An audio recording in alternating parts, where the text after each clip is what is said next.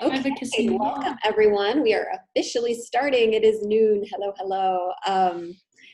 I just said, for those of you who just popped on, we are going to be using a curriculum guide. So please make sure you have your curriculum guide. If you don't know what I'm talking about, check your spam folder first and see if there's a curriculum guide there for you. If there isn't one, then please pop in the chat your email address that you need it resent, but please make sure it's not in your spam folder first. Yeah, so just to begin, my name is Jessica Lynn Johnson, for any of you who I don't know, although I think I know nearly all of you. This event is the Soaring Solo Spotlight Series. It's the 6th installment, and I began this event as an opportunity to bring different accomplished solo artists every week onto this webinar to speak from their zone of genius. And today we are so blessed to have Heather Dowling join us for the second time. She kicked off this series with me 6 weeks ago, and now we're circling back around because we just knew there was so much more to talk about. I just want to go through some quick housekeeping things before we dive in. We've got a very ambitious curriculum today, but I did just want to give some quick housekeeping things. Please first and foremost know that we are recording, because there's a few people that couldn't join us during the live experience today. So we are going to be sending the webinar link to them later. And if any of you would like the webinar replay made available to you as well, I'm happy to send that to you. So just let me know. But that said, you are being recorded. And so if there's any questions or comments that you don't want recorded, then I would say refrain from saying them in this session, because they will be recorded. And on that note, please also remember that if your camera is on, we can see you. So please don't change your clothes or go to the bathroom, or the different things I've seen people do when they forget their cameras are on. So either shut your camera off or just know you're on camera. And then the other thing I would say, housekeeping wise, we are going to be raising virtual hand throughout today's experience for questions. We're not really going to be looking at the chat for questions. It's too much to keep up with. So to raise your virtual hand, you just go to the center of your screen where it says participants, you click on that, and then on your right-hand side, you're gonna see the option to raise your hand. So when we call for questions at the end of each section, that's when we can utilize that device, and that's how we'll take care of questions. And please feel free to introduce yourself in the chat and speak to one another all throughout. We do want it to be interactive, but as Heather and I are teaching, we're not gonna really have our eyes on the chat that much. So just wanted to have that clarified from the beginning. So just a little background about me. I have been directing and developing solo theater for over a decade now. I toured as a solo artist for about 13 years myself. I'm currently writing my 3rd solo show, Cheating on Jesus, so that's in the works. And I'm also writing my book on how to create a one-person play. So that is in development as well. I sit on the board for the Los Angeles Women's Theater Festival. And yeah, solo theater is my life. I'm a geek for solo theater. I love it. And it's what I do all day, every day as a coach, director, and developer of solo shows. So that's a little bit about me. And then my shows, just quickly, I included this in the curriculum guide as well. Oblivious to Everyone was a comedic, I'd say a serial comedy about the media's influence on our society, specifically women, but it had some inclusivity of men as well. And I played multiple characters in that. And there is a link to watch the Fox 5 news story on that show. And then Z was my second show, which I also toured with, which was about sexuality and spirituality, primarily between fundamentalist Christianity as well as the LGBTQIA community. So those were some of the themes of that show, and it toured for several years as well. And I also included a link to watch that teaser trailer later if you would like, or if you may have already seen it, because I will be referencing both of those shows probably throughout the webinar today. And without further ado, I'd love for Heather, I think you're muted, let me unmute you. Heather to share a little bit of her background and whatever she wants to say to get you guys acquainted with Heather. Hi guys, yeah, I'm Heather Dowling, and I think I know most of you, but for those of you that I don't know, I started my solo performance journey with Jessica back in 2015. It was right around the same time or shortly after I started to give myself permission to be an actress and a writer. When all the previous years of my life, that was an unrealistic, stupid thing to consider. And so it was shortly after that, thank God, that I got connected to Jessica. And I do literally mean, thank God. I was connected to Jessica, and she helped me write and produce my first one-woman show, Unemployed Finally, that had a fantastic 2-year run, starting with the Hollywood Fringe, won the Encore Award, Producers Encore Award, was nominated for Best Solo Performance, ended up in New York City on 42nd Street for United Solo, did it at LA Women's Theater Festival, which meant the world to me. It's an extraordinary lineup of diverse talent from all over the world. And then out of that show started to percolate my second show, which we're going to talk about more today, which was Fertile, a conversation about the expectations of procreation. And I will get into it more later, but it isn't a show that I ever thought I would be able to write. And I'm incredibly grateful that I did. Anyway, it's been an amazing run too. It was at this 2019 Hollywood Fringe Festival, won Producers Encore Award, nominated out of 400 solo shows for Best Solo Performance, selected for the LA Women's Theater Festival, and now is at home. So we'll see when and if it ever ends up on stage again. But the second show, all along the way, being a solo performer has been an incredibly empowering way to feed myself as an artist and a performer, while I still am after the things I've always wanted. I want to be on television. You know what I mean? There's still films that I would love to write and be part of. But in the meantime, it's been the true expression of myself as an artist and a performer and a writer, even as those things go however they go, because you have absolutely nothing to say about that. So I'm incredibly grateful and have so much affection for the solo performance world. And it's taught me more and given me more confidence in myself as a performer and a writer than I think I could have discovered any other way. Like, I am clear now, I'm a character actor, and that is not how I would have ever defined myself. So I'm so happy you guys are here to learn, and really excited to share with you. I mean, when I reached out to Jess in the beginning 6 weeks ago, right when this was starting to get serious, this lockdown, I was desperate. I was like, how do I contribute to people? How do I provide something right now when everything's so desperate? So it was like great minds, and Jess was working on this Spotlight series, and it was perfection. So I'm glad here we are 6 weeks later, and we get to do it again. Yes, thank you, Heather. Beautiful introduction. And as I said, guys, if you want to say hi in the chat, let us know you're here.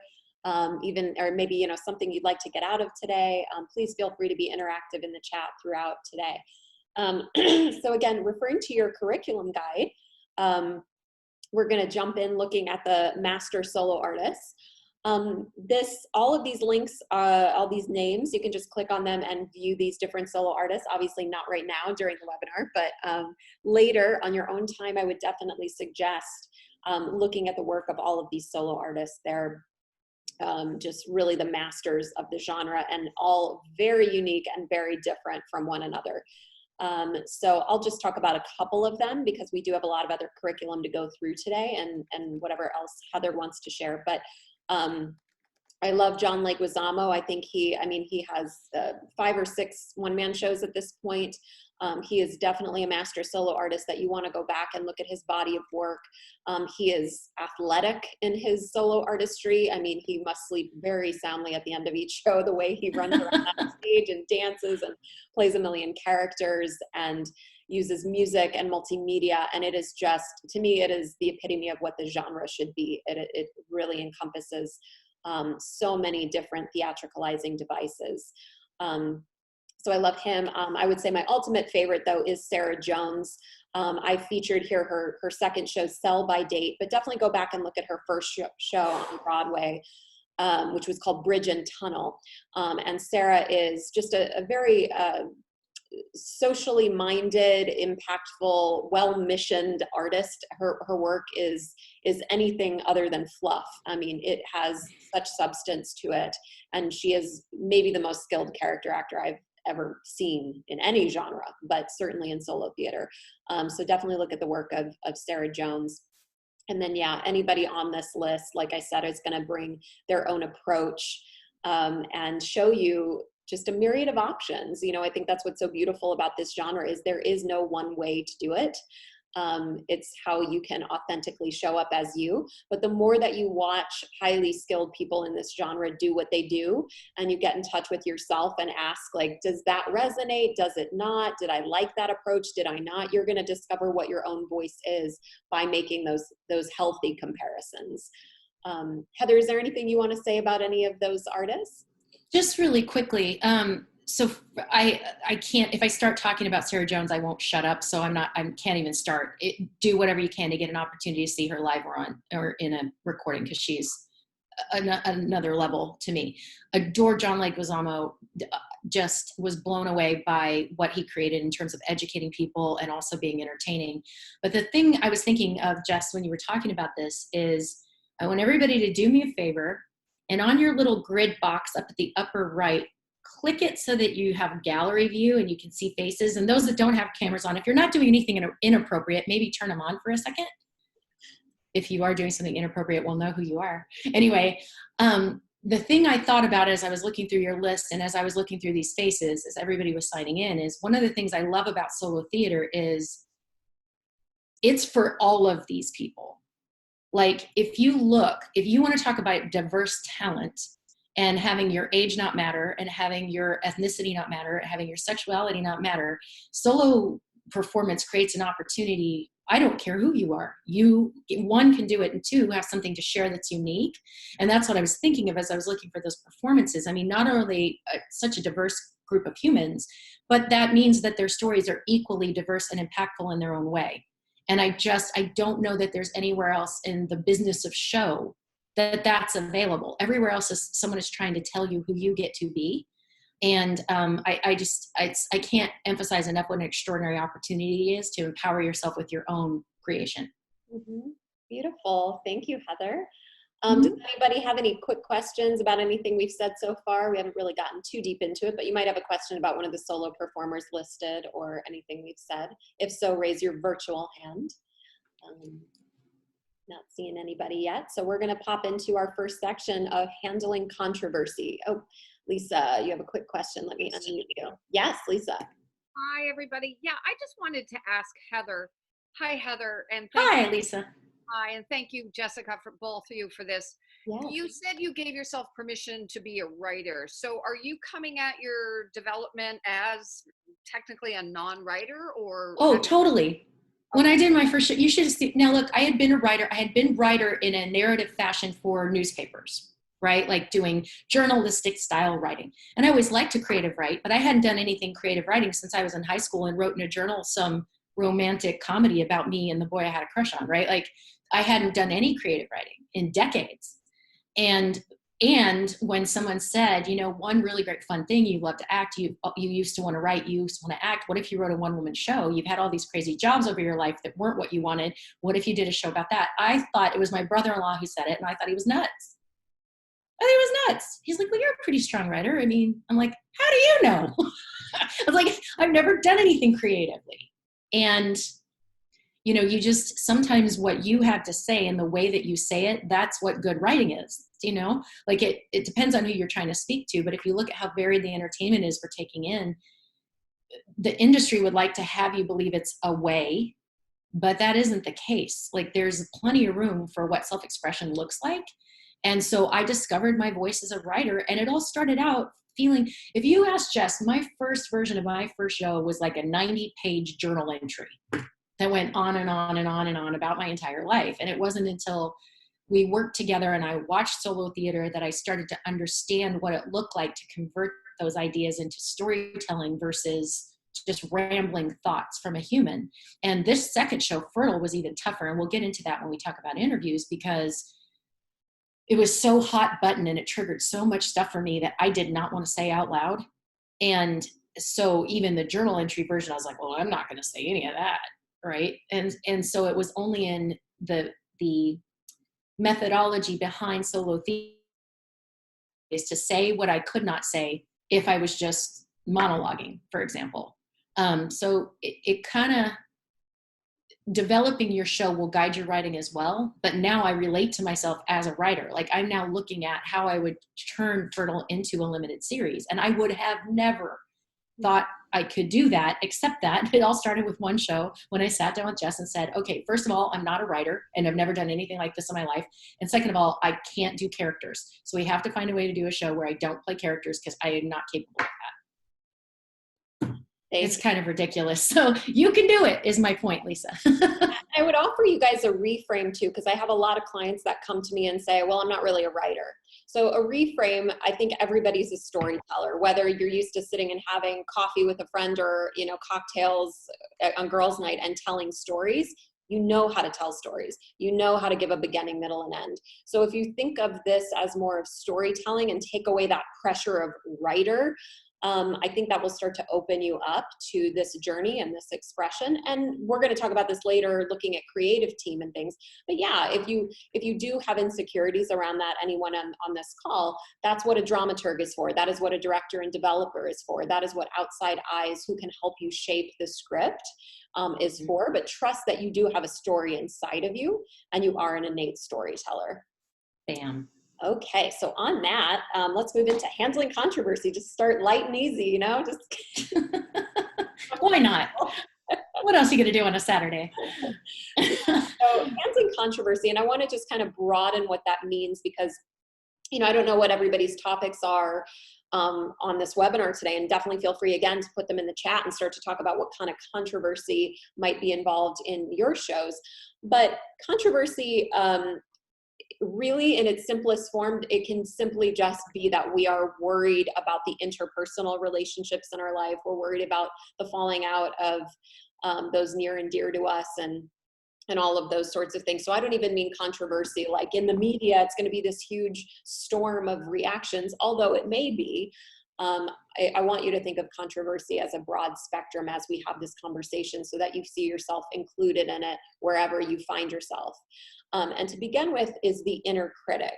So I put this in the guide because to me, that is the first voice that we battle with. And then we continue to battle with during this whole journey. So the sooner you recognize your inner critic or whatever name you want to give it, the sooner you recognize it and you befriend it, so to speak, the easier this journey is going to be and the more capable you're going to be of going on this journey. The inner critic is, you know, that voice that's going to pop up and say, you're going to lose all your friends if you write this story, or who's going to care? Hasn't the story been told a million times? Or whatever it is that limits you and gets in and clouds your vision and stops you from putting pen to paper or finger to the keyboard, whatever that voice is, that's your inner critic. I've included a video to watch later on just some ways of dealing with the inner critic, like some helpful exercises to just get you in touch with that voice and learn how to notice it when it comes up so that it doesn't overpower you as a creator. But that's really the first bit of controversy that you're going to encounter, and it doesn't usually go away. I hate to be the bearer of bad news, but it's there to some degree. You just learn how to manage it. You learn how to recognize it for what it is and disempower it, or even use it to make a character in your show, which you know, Carla Delaney in Voices turned her character or her inner critic into an hilarious character. So sometimes it can be really useful in that way. Anything you want to say about inner critic, Heather, in your own journey? Well, I was saying this when I was talking to Lisa, and you guys heard me tell you, I mean, my inner critic had a really strong opinion about what I didn't know about acting, what I didn't know about writing, about what was unrealistic about pursuing a career in the arts. I mean, frankly, my inner critic is what kept me out of the arts my whole life. And my experience has been that the most powerful thing to shut it down is exactly what Jess said. The first thing is just notice it. Sometimes just in noticing it, it gives you the opportunity to separate yourself and say, okay, I got that thought. What's another way to look at this? What's another opinion? Like what would my mom say? What would my best friend say? What would my favorite teacher say? You know, like, because you do have to recognize that it is a mechanism designed to protect you that has just outlived its usefulness. How do I know it's outlived its usefulness? Because you're on this Zoom trying to find a way to express yourself creatively. So that's how I know it has run out of usefulness. So you can acknowledge it, but you don't have to listen to it. And, you know, and it's not like it's over. I mean, you guys, you heard me just say, I'm trying to figure out how do you turn Fertile into a limited series? Believe me, my inner critic has a lot of opinions about that. and it weighs in on the regular. And I get to choose if I'm going to indulge that conversation, like a friend who's complaining about something, and dig in with them to bitch and gossip, or if I'm going to pause the action and listen to something else or say something else to myself. And it's tricky, like mind management. I mean, it's why monks sit on mountains and are silent for decades, because it takes that kind of energy, but it is possible. And it's so much fun on the other side. And I love using the character. Like, one of the characters in my first show was definitely my inner critic on blast. And she was probably everybody's favorite character. And I think it's because people can relate to that. They talk to themselves that way all the time. So they knew how to relate. So yeah. Great. Thank you, Heather. And we're just going to go through this section, and then we're going to open it up for questions. But I want to look at other people's opinions as well, because that's kind of the next phase. So we have our own inner opinions that can trap us, but then we have other people's opinions. And I kind of wanted to break this into categories in terms of what that constitutes. So yes, we have the industry that we're in, the entertainment industry, but also just your day job, your whatever it is that you do for work. Sometimes we worry that if we put our opinions and they're controversial, or we're talking about hot topics, that it's going to harm our line of work, our reputation, so to speak, as well as just our interpersonal relationships with our loved ones and our social circle, our significant other. And within those places, I don't want to be trite about it and say, oh yeah, well, don't worry about that. Just say whatever you want to say as an artist, and don't worry about the repercussions of other people's opinions. But I do want to start with saying, in the beginning, in the infancy of creating your show, you want to be highly selective about whose opinions you're letting in. You don't want too many cooks in the kitchen, so to speak, when you are beginning your journey, because the most important voice to listen to is your true, your intuition, your inner voice, your guiding system. That's going to be the most important voice. And if it gets drowned out with too many with your own inner critic or with these outer voices' opinions, you're going to lose sight of what it is that you wanted to say. And you won't even remember what your mission was in the first place, because it's going to get so muddied with all of these things. So I would just say, in the initial stages, just ask yourself, like, who is a trusted person who has my back, who I know has good intentions, who wants to support me, who I can let in on this, who I can have my work reflected back to me, whose professional eyes can I have on this, and make that a very sacred and small tribe for yourself in the initial stages, because this does happen in incremental baby steps, this process, especially when dealing with hot topics and controversial topics. And also, you want to take into account your target audience. But again, that is going to be something that happens a little bit later in your writing process. We want to be mindful of our target audience, but we don't want to, again, let that overshadow our creative process either. And so I'll use my own show as an example with Z.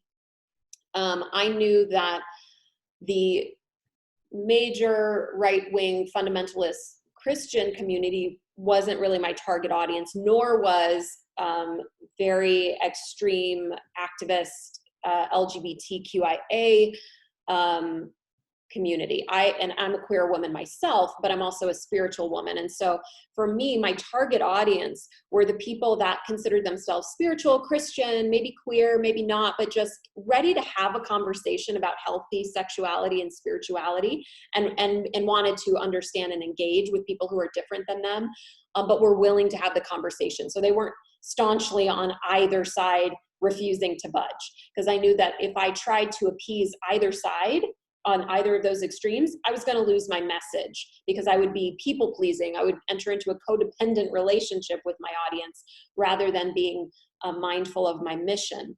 But when I could get clear on who my target audience was, then when I did get into the editing phase, I was really able to I was really able to make choices of, do I want to soften certain sentences and choose a different word that might not offend? Do I want to take that line out or make that character edgy, or do I want to include a different perspective? It helped me get really clear on what I did and did not want to include, because I knew who my target audience was.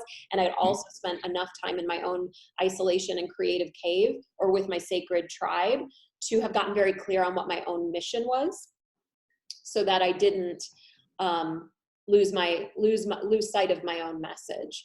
And the other thing I wanted to say is, there are going to be repercussions when we deal with hot topics and controversial issues. They might be minute and they might be large.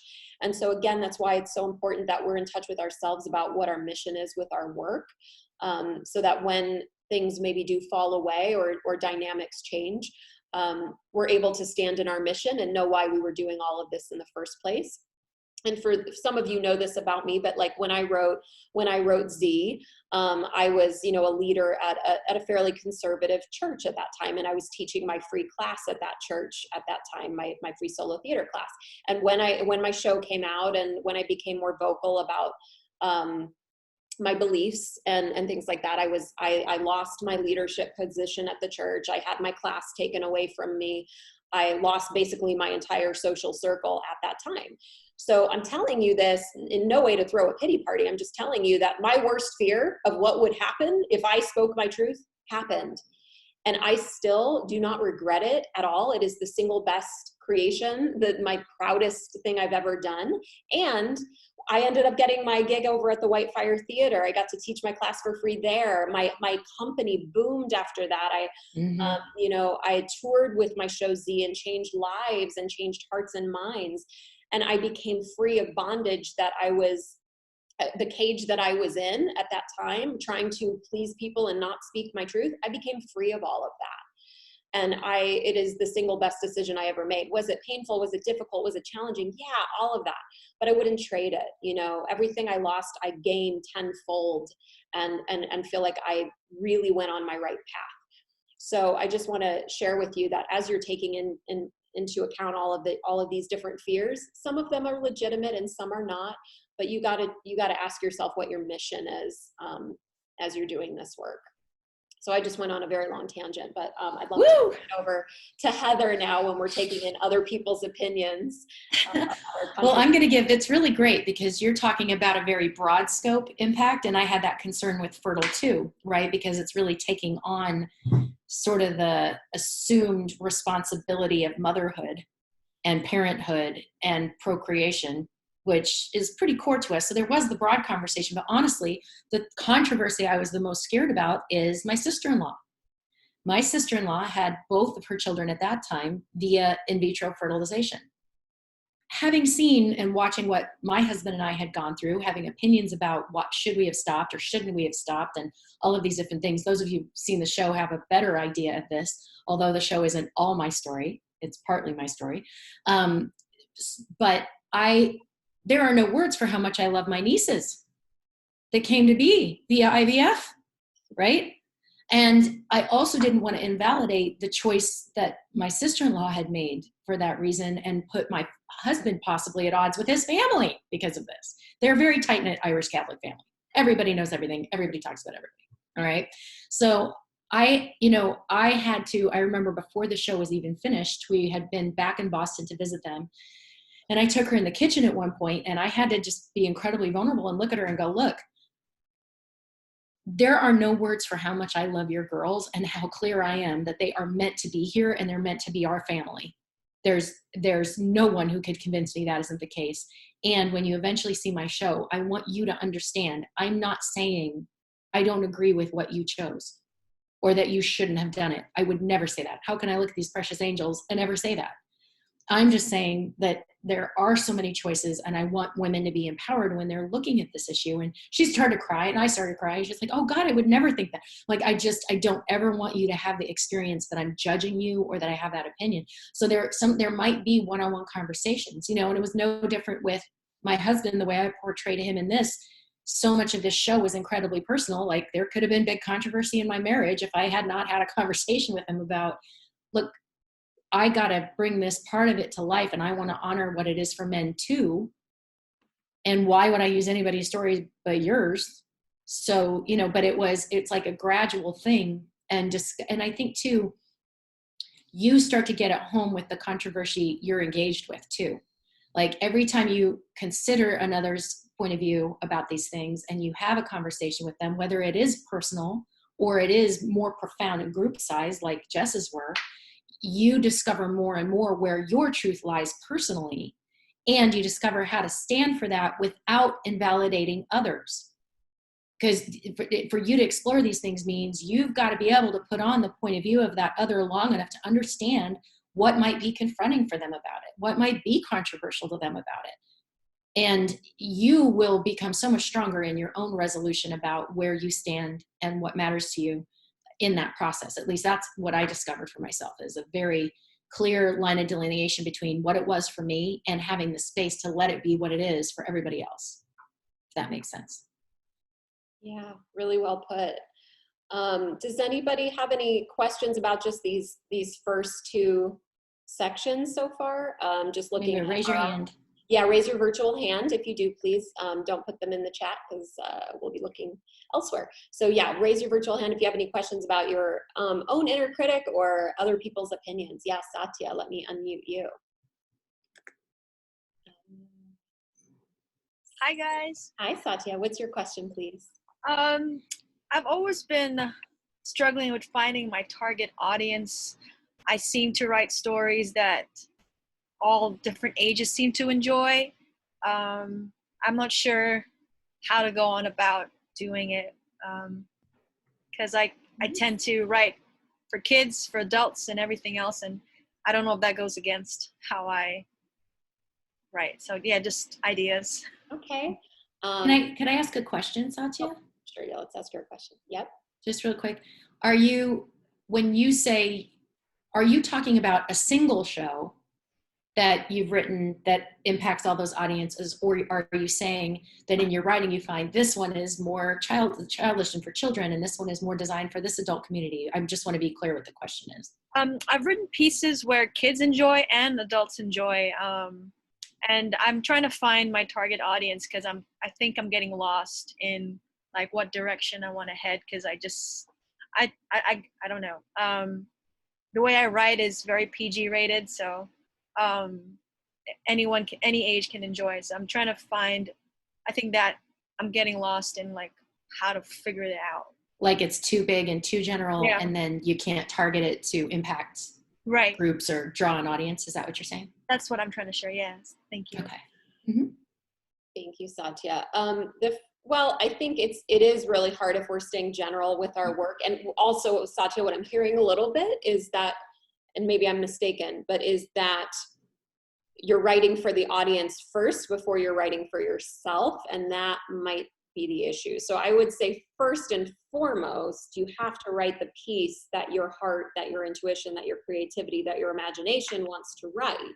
That's the first thing you need to do. And then when you look back at it and you look at themes, you look at diversity groups, women's groups, children, age range, when you start to really look at demographics that might be touched by your work, then you can start to then go back and maybe fine tune it to appease certain audiences. But you can't, I don't feel like you can work from the outside in that way. Like you can't say, okay, well, how do I please everybody? Because then you are going to have a very watered down show.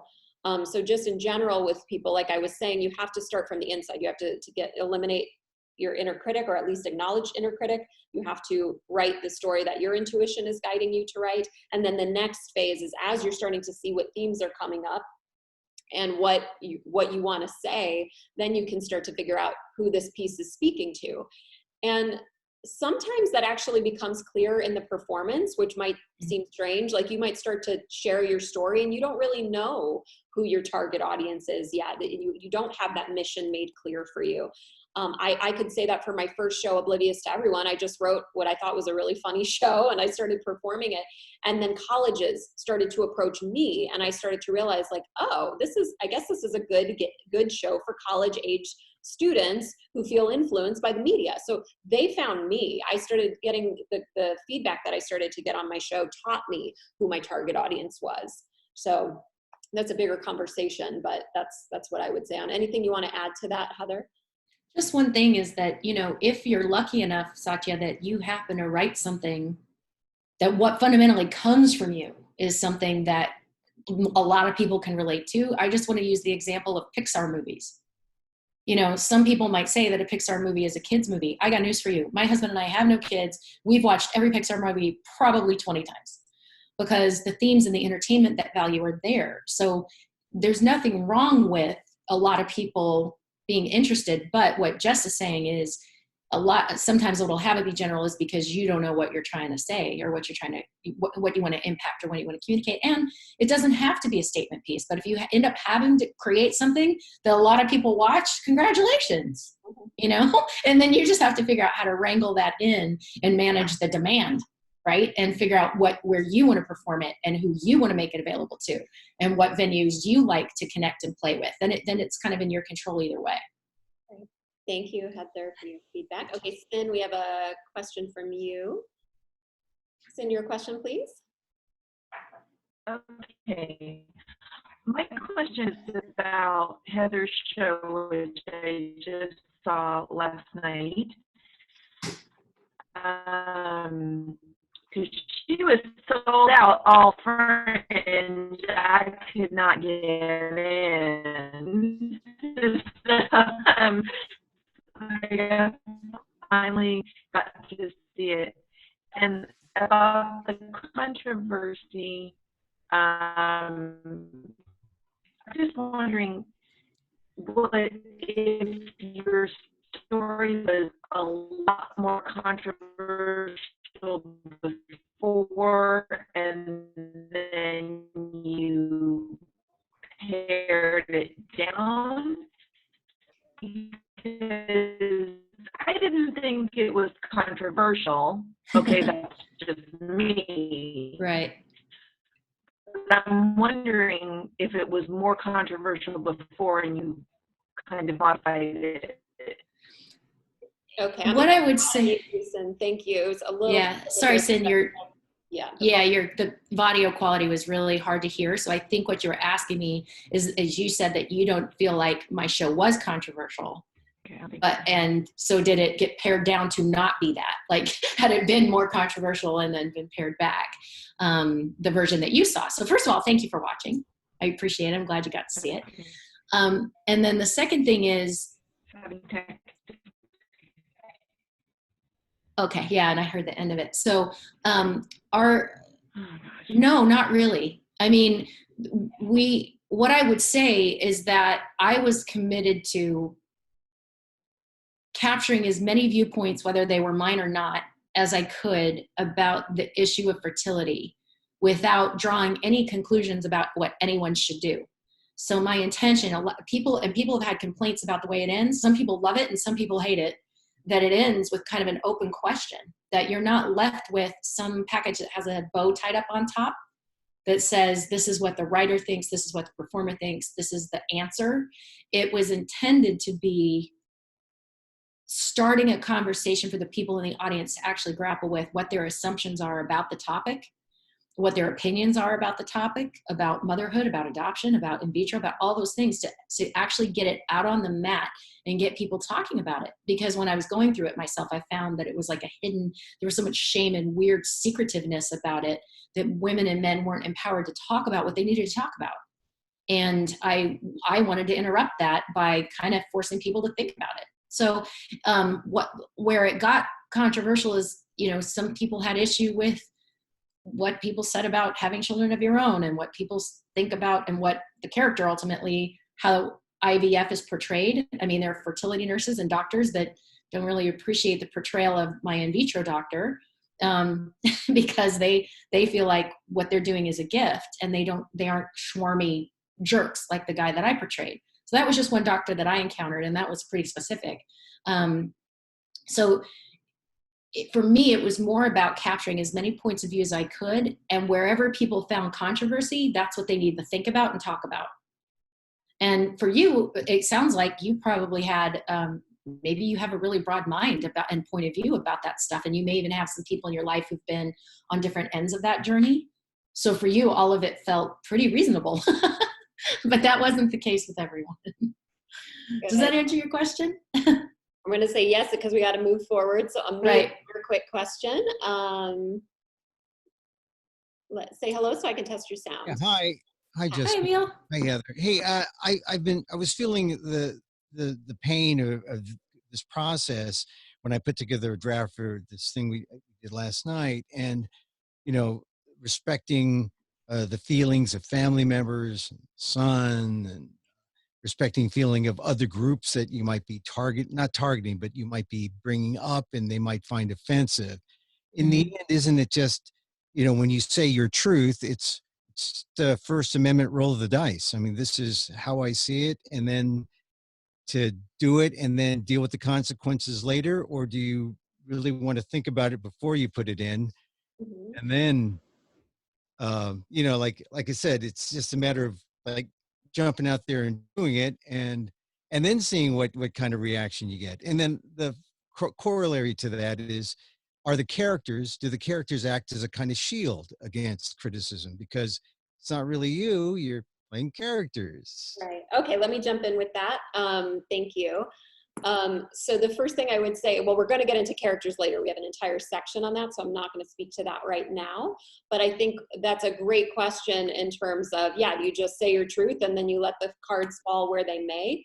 You can, but my hesitancy around that, though, is just, well, I guess what I would say is you just have to check in with yourself about the repercussions of doing that. And if you're cool with it, then it's what do you want to stand in? So if you're like, I'm cool if my parents get pissed, if my kid gets pissed, if my lover gets pissed, if I lose, this particular audience, if I can live with it, I feel good, I spoke my truth, then great. We have nothing to weigh and feel like we're going to lose. But what we're talking about today is when we want to be controversial and we want to be conscious at the same time, then we do have to ask these hard questions, and we do have to take these baby steps, and we do have to test material, and we do, if we want to hold the space for both, and never losing sight of our own voice in that, which is really difficult. So it's like, you don't want to step out of your own integrity as an artist,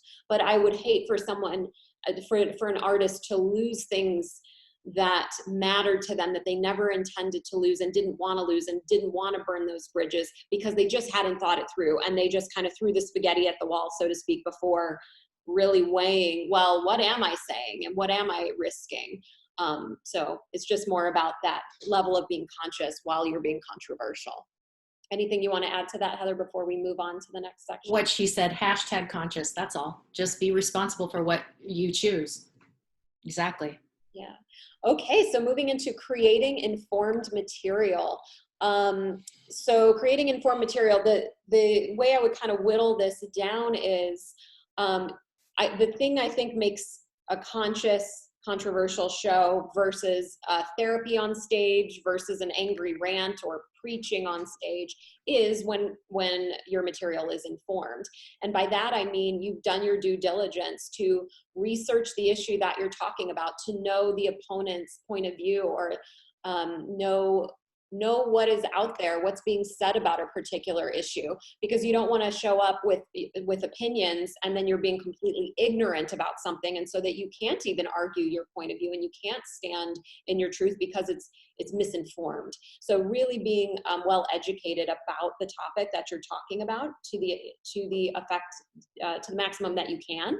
And when you hit those walls of limited knowledge, that's where interviews are so important. I mean, with Z, when I set out to write Z, I interviewed a porn star, I interviewed a very conservative pastor, I interviewed a gay reverend, I interviewed transgender people, I interviewed lesbians and gay men, and I interviewed like the gamut of people who had very different perspectives. And I also read a lot of books, watched a lot of documentaries, all those things, because there were clear limits on my experience as a woman and these other experiences that I wanted to represent accurately in the show. So it was it was very advantageous for me to be able to do those interviews and to do that research. So I knew what I was talking about, and that, you know, and then I continued to get informed along the journey and continued to update the show and the script as things changed and as I became more informed. I think definitely look at the work of Anna Devere Smith. I think she is such a controversial and conscious artist. I mean, so is Sarah Jones, so is John Leguizamo. Like, I go back to those three a lot. But they are excellent examples of putting controversial hot topics out there, and obviously a way that is at least commercial enough to bring them the level of fame that they've had. So they've been met with a lot of success in their controversy, but they do it in a conscious way, in a tactful way, and really, really elevate a conversation with their work.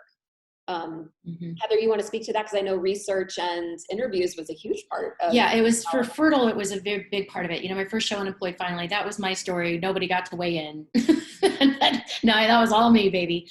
But this one, I realized that even though I had my personal experience with infertility and my own decision-making journey about how I was going to resolve these things for myself, I knew there was so much more to it. Partly because when I was going through that myself, like I said, in quiet, people would confide in me what they had been through and what their opinions were and what they were going to do. And I'd also get so many opinions when we'd find out I wouldn't have children. People would start talking to me about adoption, about fostering to adopt, and about surrogacy. And I mean, like, all this stuff would come at me. So I knew there was like so much more to this issue than I had even run into myself. So I interviewed more than 25 men and women. Most of them, not all of them, but most of them, was literally a questionnaire where I just had question after question. What were their expectations about parenthood? Did they always want to have children? Had they ever even thought about it? Was it the first time they thought about it? Did they ever run into problems? And it was really extraordinary. I mean, there were some of these questionnaires I opened up that I was devastated by. And some of them were people I knew pretty well, I thought. And then I heard stories about miscarriages that they had been through, and abortions that they had hidden from their family their entire life, and like things that I had no idea people had dealt with, and the way it played into their point of view about motherhood and the kids and being a parent and all these things, and fatherhood too. And I am clear that my show would not have been what it was had I not done those interviews. There were a lot of people that we landed in a similar category, and so a lot of their experience was the same, but it was shocking, especially some of the things that mom said to me. I mean, the character that Kelly talks about at the bar, when she talks about the real estate agent who wished she wouldn't have had kids, that is right out of an interview of someone who really did the right thing and checked the item called have kids off of her list, and it never felt like a match for her. It was never something she wanted, and she felt taken hostage by it. And I would have never imagined that.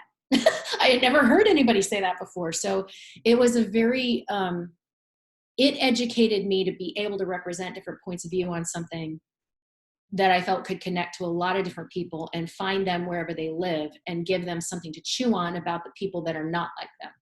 So yeah, I think those interviews were absolutely critical, and Jessica can tell you I resisted it like crazy. I was so freaked out to do those interviews. Like, I wasn't sure how to start those conversations. I was afraid I was going to offend just by asking these questions. Like, I was a mess. And then it turned out to be one of the most beautiful parts of writing this for me, and especially my main character. Those of you who've seen it, you know how critical Gloria is. Well, Gloria gave one of the more candid interviews, and she shocked me more than anybody. As you know, an 80-year-old woman, the things she said about motherhood really shocked me in the questionnaire that I sent her, and it's part of why she became kind of the center speaking voice of my show. So yeah, and I would just add to that, like, as if let's say you have a list of questions for your interview with people, which I think that's great because it gives you a framework. Also make sure that you allow people, if there's anything additional, if you like, even make that space at the end with that, where you're like, and anything I didn't ask that you think needs to be said, I should know. Say it. Because I know, I definitely am type A, and I went into my interview with like all my questions and my reporter and all of that. And then I kind of learned along the way to just let people riff, let them tell me what they wanted to tell me a lot of times, because that's where some of the gold was in the interviews. And I wouldn't have thought to ask it because it was something I didn't know, as they say. Yeah. Yeah. And I would agree. And there were some too, just when I would talk about the show I was writing, a lot of stuff that made it in the show wasn't from the questionnaires necessarily. It was from some conversation that got started because I met some random woman and we were talking about what we did as actresses. And I started talking about my show. And then I got a whole world from her just because she had the opportunity to talk about it. So yeah, it's amazing what comes out.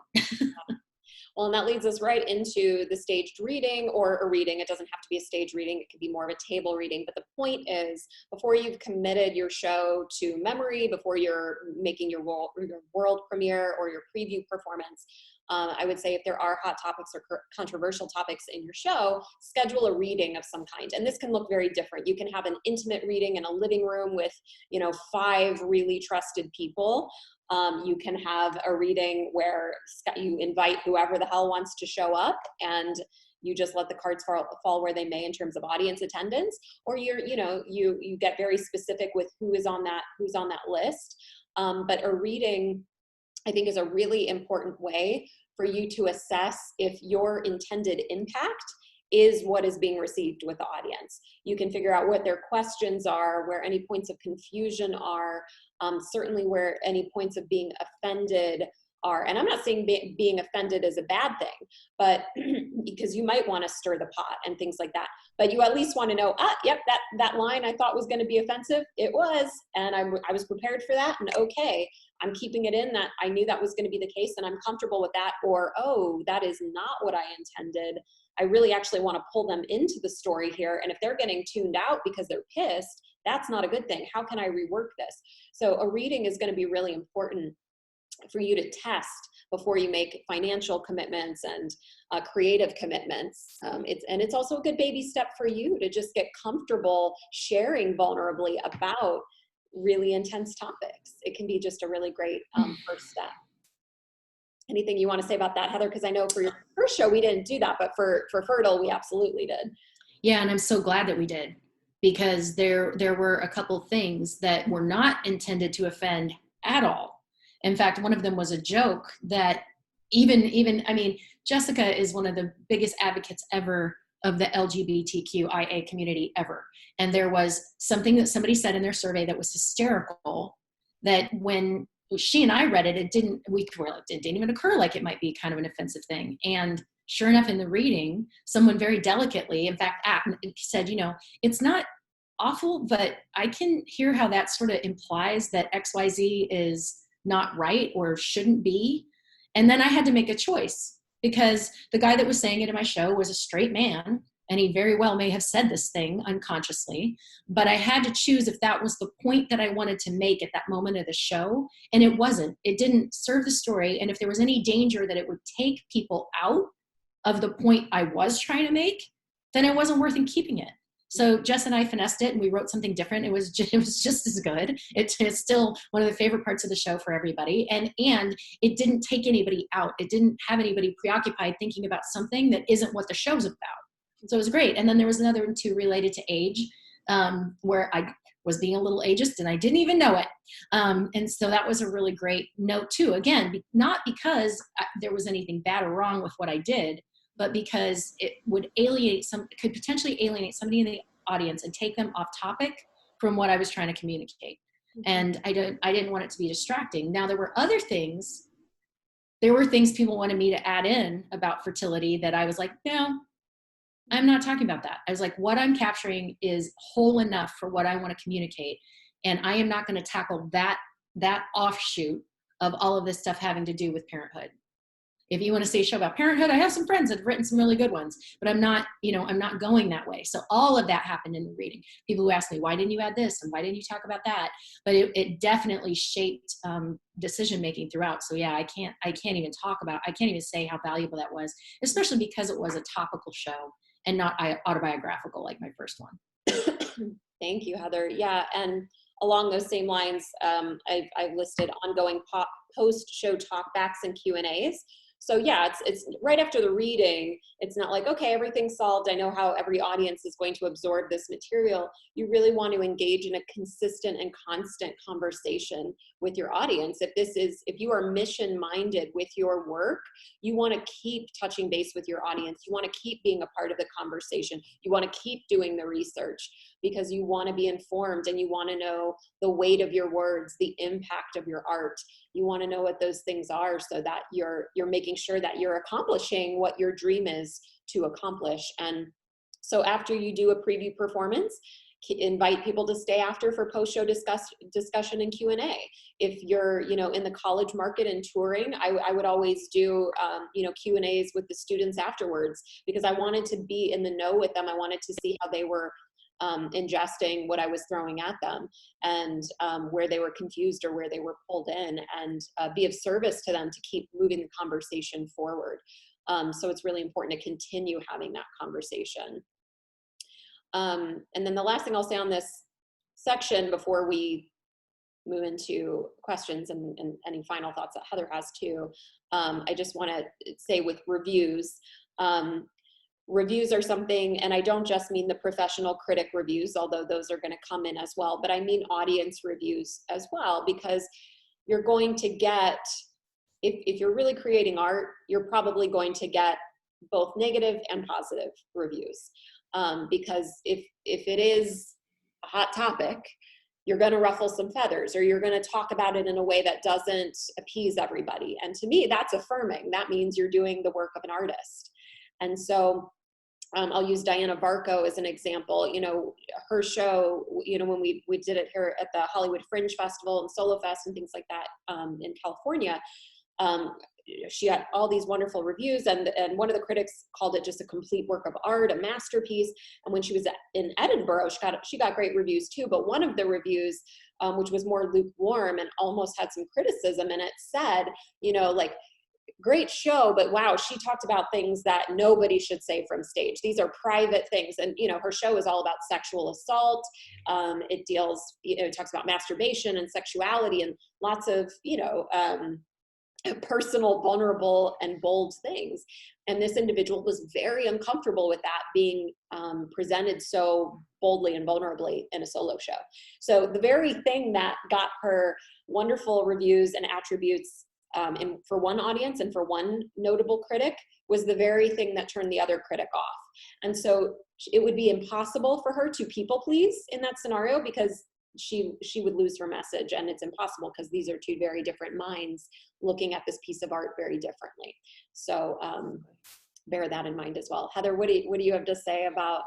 So just two quick things about the ongoing post-show talkbacks and Q&As. Not only if you're doing a show, especially if there's some aspect of edutainment where you're trying to get people to understand something that maybe they don't understand. Like me training people not to be so insensitive and jump to, oh, you don't have kids? Why not? When you don't even know my name yet, right? And also, seriously. But then there was also, it let people know it was a conversation, not just a one-way performance, even though that show had a fourth wall and I never interact with the audience.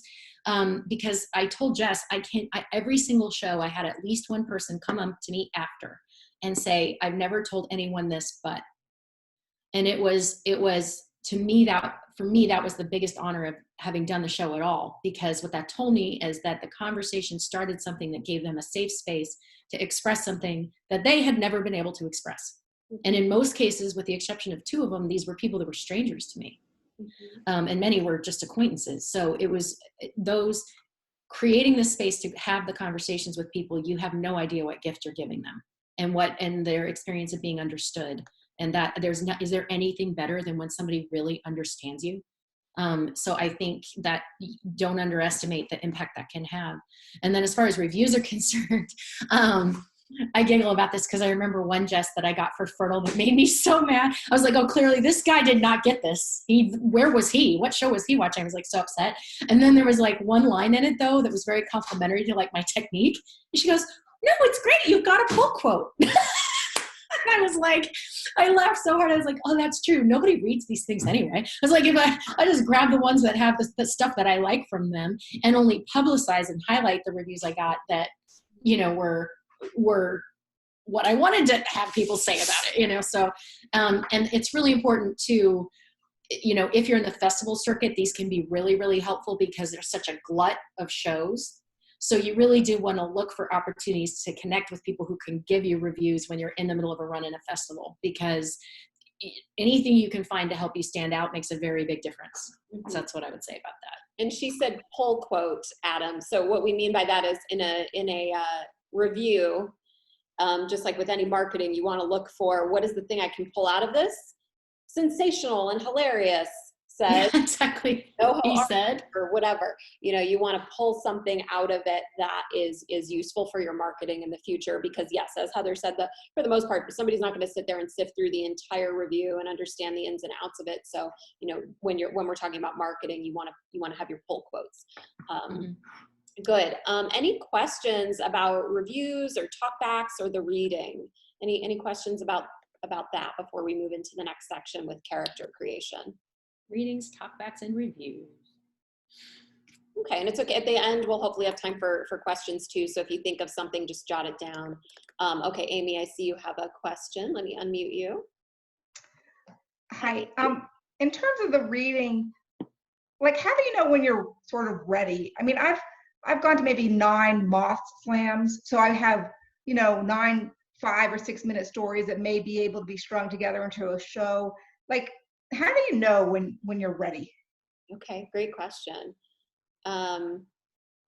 Heather, do you have anything to say on that, or do you want me to speak to it? Well, I would say it kind of gets to a point where you've got a rough draft, and there's things you like about it, there's things you're not sure about, there's things that, you know, you'd like to get some feedback on because you're not sure, like, will an audience laugh at this, or is it just funny to me, like that? And you and your director or whoever is supporting you feel like it would help to get it out of you and into an audience. So it's almost like, okay, this bubble isn't giving me enough feedback anymore for how I feel about this. And I think for me too, I don't know about you other writers, but boy, do I get sick of my stuff. Man, do I get sick of it. And at some point I don't like any of it. And a reading, I think at that point is really helpful, because you get out of your head, hear it out loud, and you realize that you are accomplishing what you intended, or you're not. But it's not your opinion anymore. It's out in reality in human earballs. So I think that can really make a difference. Yeah, and the only thing I would tack on to that, Amy, is you really want to check in with yourself before committing to the reading that you're in a good place with your own purpose and your own mission and your own artist statement, because otherwise you'll get pummeled. Everybody's going to come at you with their ideas and their things they would change. And if you haven't spent that time to go, I'm pretty sure this is what I want to say, this is what's important to me, this isn't, and you've got at least a pretty solid idea for yourself of what's important. If you don't have that, it's not the right time. You want to be in a space where you can hold your own in a reading, so that you're not feeling torn apart, you're not feeling like there's too many cooks in the kitchen and you don't know whose opinions to listen to. You want to be in a good enough space for yourself that you can hold that space for other people's input, if that makes sense. Okay, Satya, let me unmute you. Your question, please. Hi, I actually have 3 parts. I was writing them down. Let's just do one, because we got to move into this other thing, and then at the very end we can roll around for additional, but yeah. How do you sort out notes and reviews of like people that come at you? Because when people give me notes and I'm like, okay, I will remember it, and you try to write it down, but it's just so much going on that how do you keep track of all the feedback? Is there like, maybe you have a questionnaire, or what can we do to deal with that feedback? Great, thank you. Yeah, I mean, I definitely think that if we're talking, that's why I think a formal reading is a good idea, because you want to, then you can record. You know, when I'm hosting a reading for a client, I take notes, I take anal notes, so they can sit and engage, and I take the Highly notes. recommend. Yeah, and that way we know what was said, we know who said it, all of that stuff, and we can have follow-up conversations with those people if we feel like there's more exchanges that need to happen. So there's that. And again, record the reading. And you can let the audience know, like, hey, I'm recording this, I need the feedback so I can listen to it later, because I'm in a certain mental space right now that I can't retain all of it. And you can also have people write things out at the reading, so that you have that to take with you and to read over. And again, you can follow up with people after the fact. But yeah, I think diligent note taking and recording is a major part of this process. As far as like casual conversations that happen on the side, I don't really know, maybe message yourself on your phone or something so that you remember to put it in some sort of master note document later, where you have one safe space where everything kind of goes, so that it's not floating around in like napkins and scrap paper and up here, but it has a home base. Anything to add with that, Heather, before we move into characters? Exactly. And having your director or your writing coach there with you, because you will just have delivered something that you've been working on for a really long time. And that in and of itself is a massive letdown in terms of your energy. It's like you've given so much, right? Even in a reading, that it's nice to have somebody else who's listening for you in case you're so distracted by what you're hearing and your brain's going crazy and you're completely exhausted and dehydrated and whatever, right? So it's a good idea to have a secondary pair of ears. And yes, what Jess was saying is what I would do if I was in a conversation and somebody said something that triggered for me, oh, I need to look into this for my show, or I want to capture this. I would put it in the notes on my phone, just a little notes app. And it came in handy because there it was. And I knew it was in that note. That's where I put all my notes if I wasn't at home. So organization, always a good thing. Great. So now moving into our character section, and Emil, thank you so much for your question earlier about, the usefulness of characters in this work. And I think especially, again, when we're dealing with controversial issues or hot topics, characters they're amazing on several fronts. They're amazing in the sense of just theatricality. This is not storytelling by itself. This is not stand-up. This is solo theater. So characters help create a play. So that's, just basics. But also it's a safety device that can be used not only for you as the playwright, but also for the audience. Because when we have characters authentically expressing different points of view throughout a show, we're allowing our audience to identify with different points of view rather than having to be preached at from one point of view, just one stagnant monologue for the whole show. They get to really engage with different points of view, which I think can be healthy and can diffuse in the right ways when we're dealing with harder topics. So to begin with, we're looking at the narrator or narrating device.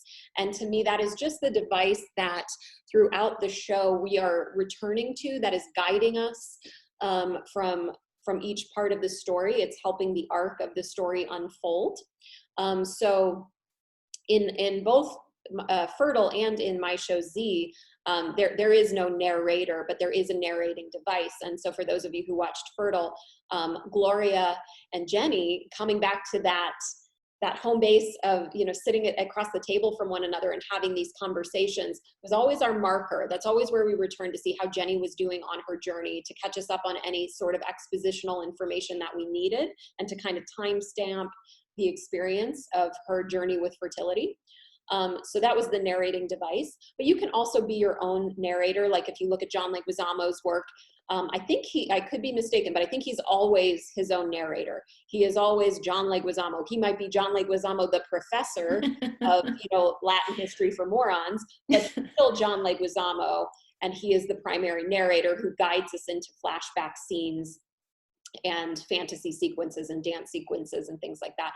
Versus with Sarah Jones' work, her narrator, in Sell by Date is a professor in a classroom set way in the future, and she's not Sarah Jones. This narrator is fantasy based and is taking us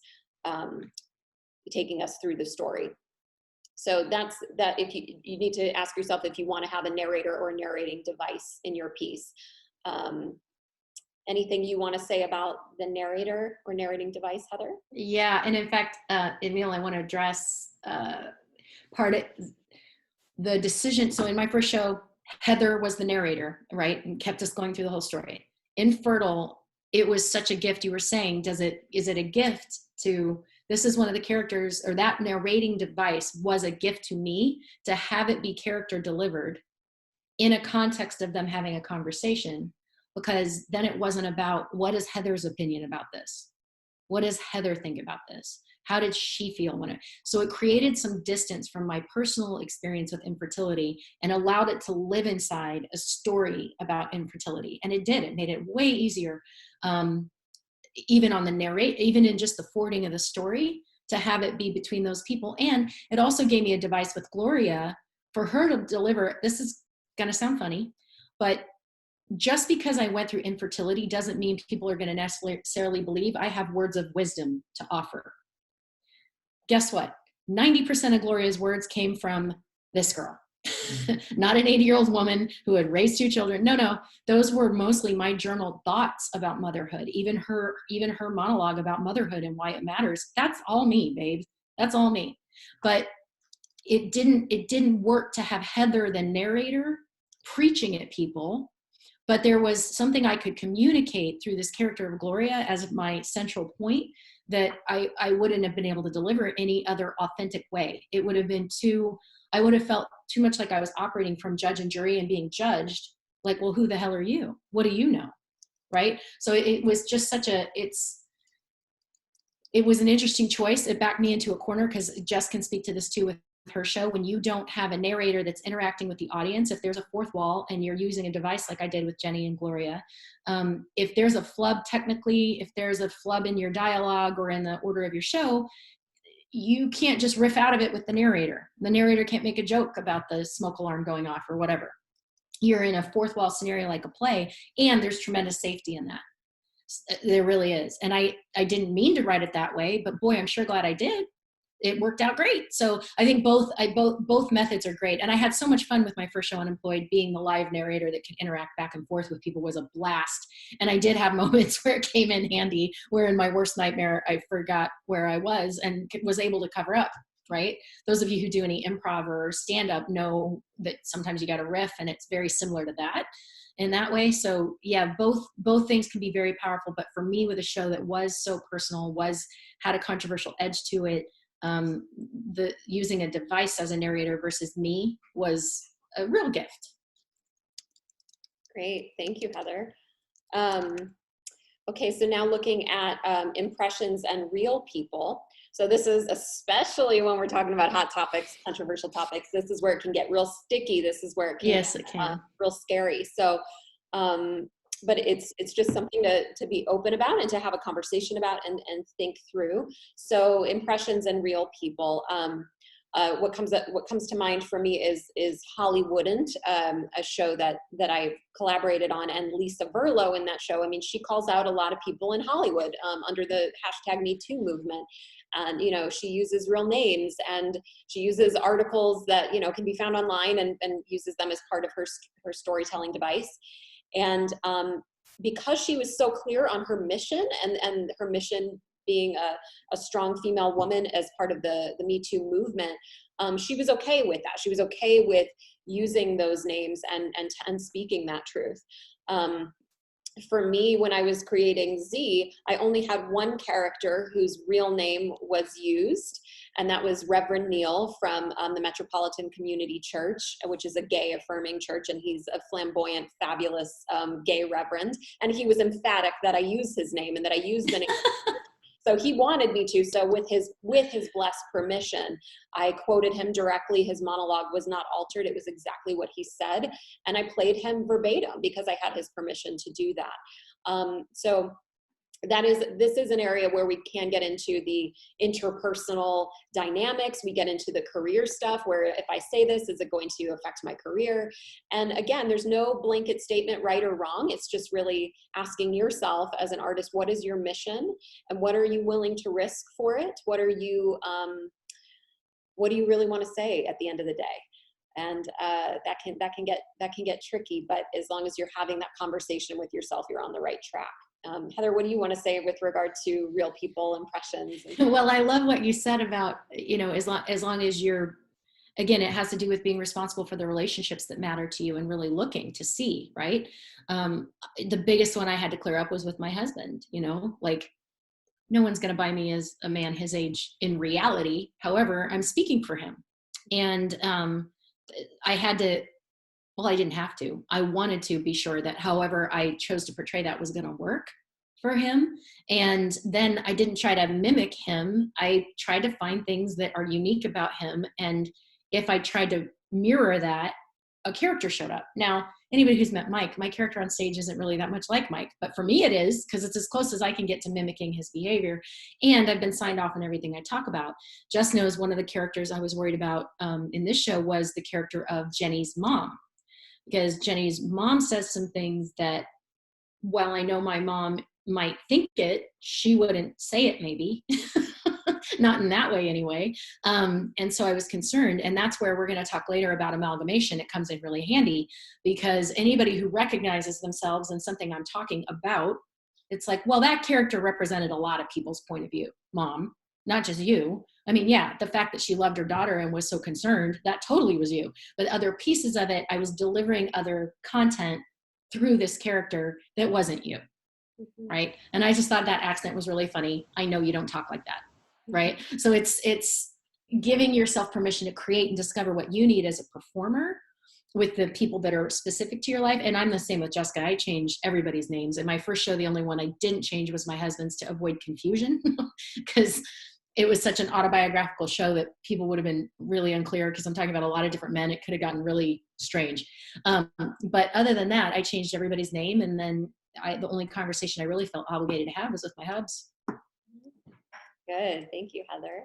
And I just want to say, Heather and I are not entertainment lawyers. So if Yes. you're all concerned about legal repercussions of the things that you say from your show, California Lawyers for the Arts is an amazing resource where you can have a conversation on a sliding scale with an entertainment lawyer who can advise you on what you can say and cannot say.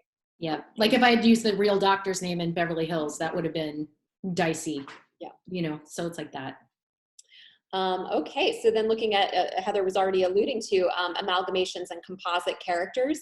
So this is not only legally probably a safer choice, but yeah, it protects the interpersonal relationships. It also allows for you to not play extraneous characters when you don't need 15 different characters to portray one point of view. You can really just create a composite character, amalgamate experiences, and create one character that embodies unified perspectives. So that's a really great device to use.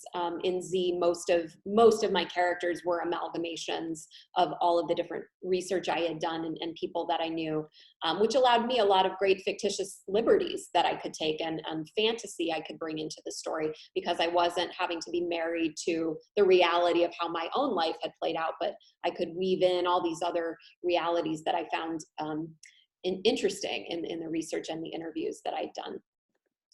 Anything you want to say about amalgamations and composites, Heather? Well, the thing you got to get is that especially my first show ended up being 39 characters, 40 with the narrator. And I mean, that was based on all kinds of people from the ages of 14 to 40. There were a lot more people in my life that fed into that story, right? And in this show, the 25 interviews and the countless conversations I had became 11 people, you know, but they did. Every single character I can think of, including Jenny, who a lot of people just assume is flat on me. It's not. Every single one of them represents, I can find lines and specifics from every interview I did, from interactions I had with individual people, where it was it all comes together. So it's a very, very useful. And like I said, it also gets you off the hook when you're like, well, that's not you. That's just a bunch of moms. So it's very useful. I'm a big fan of amalgamation. Yes. And then personification is a fantastic device. Theatrically speaking, it is so creative and fun. It can be just a really wonderful device to use just to challenge yourself as an artist. But essentially that just means turning either an inanimate object, something that is not really human, into a personified character, bringing that character to life. So that can happen, you know, if you see yourself ranting about being angry, maybe you could perform anger as a character and write from the perspective of anger and take that fantasy perspective.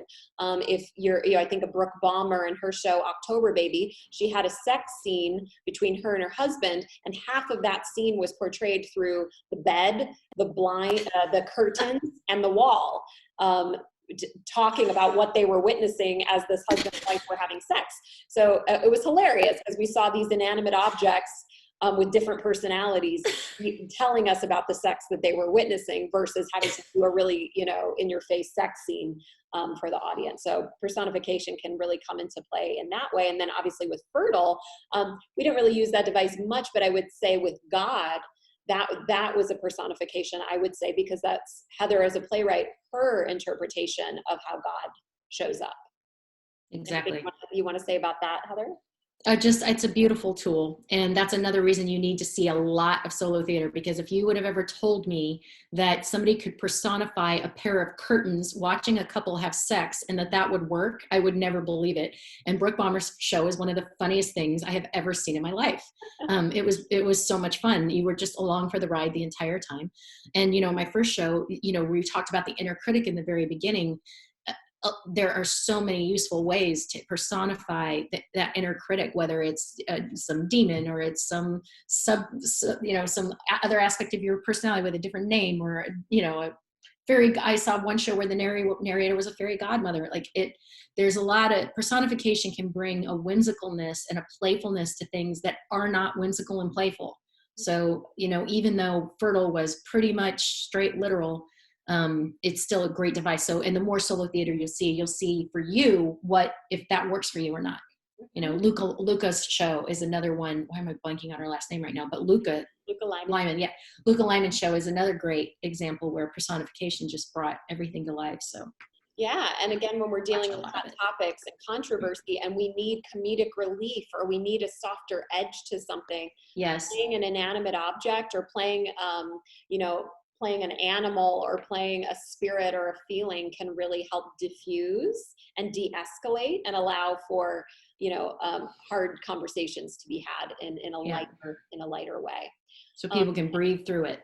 Yeah. Any questions about that first part of our section about characters with the narrator, impressions in real people, amalgamations and composites, or personification? Okay, Satya. I love this topic, as you can tell. I have a question in regards to, I did a solo show about surviving a war, and I didn't know how to go about taking care of myself psychologically, because I kept reliving the moment every night I was performing. So I had to stop touring with or doing anything with it after, because I couldn't figure out how to go through it and be authentic, and then not go home and deal with how to get out of it. Yeah.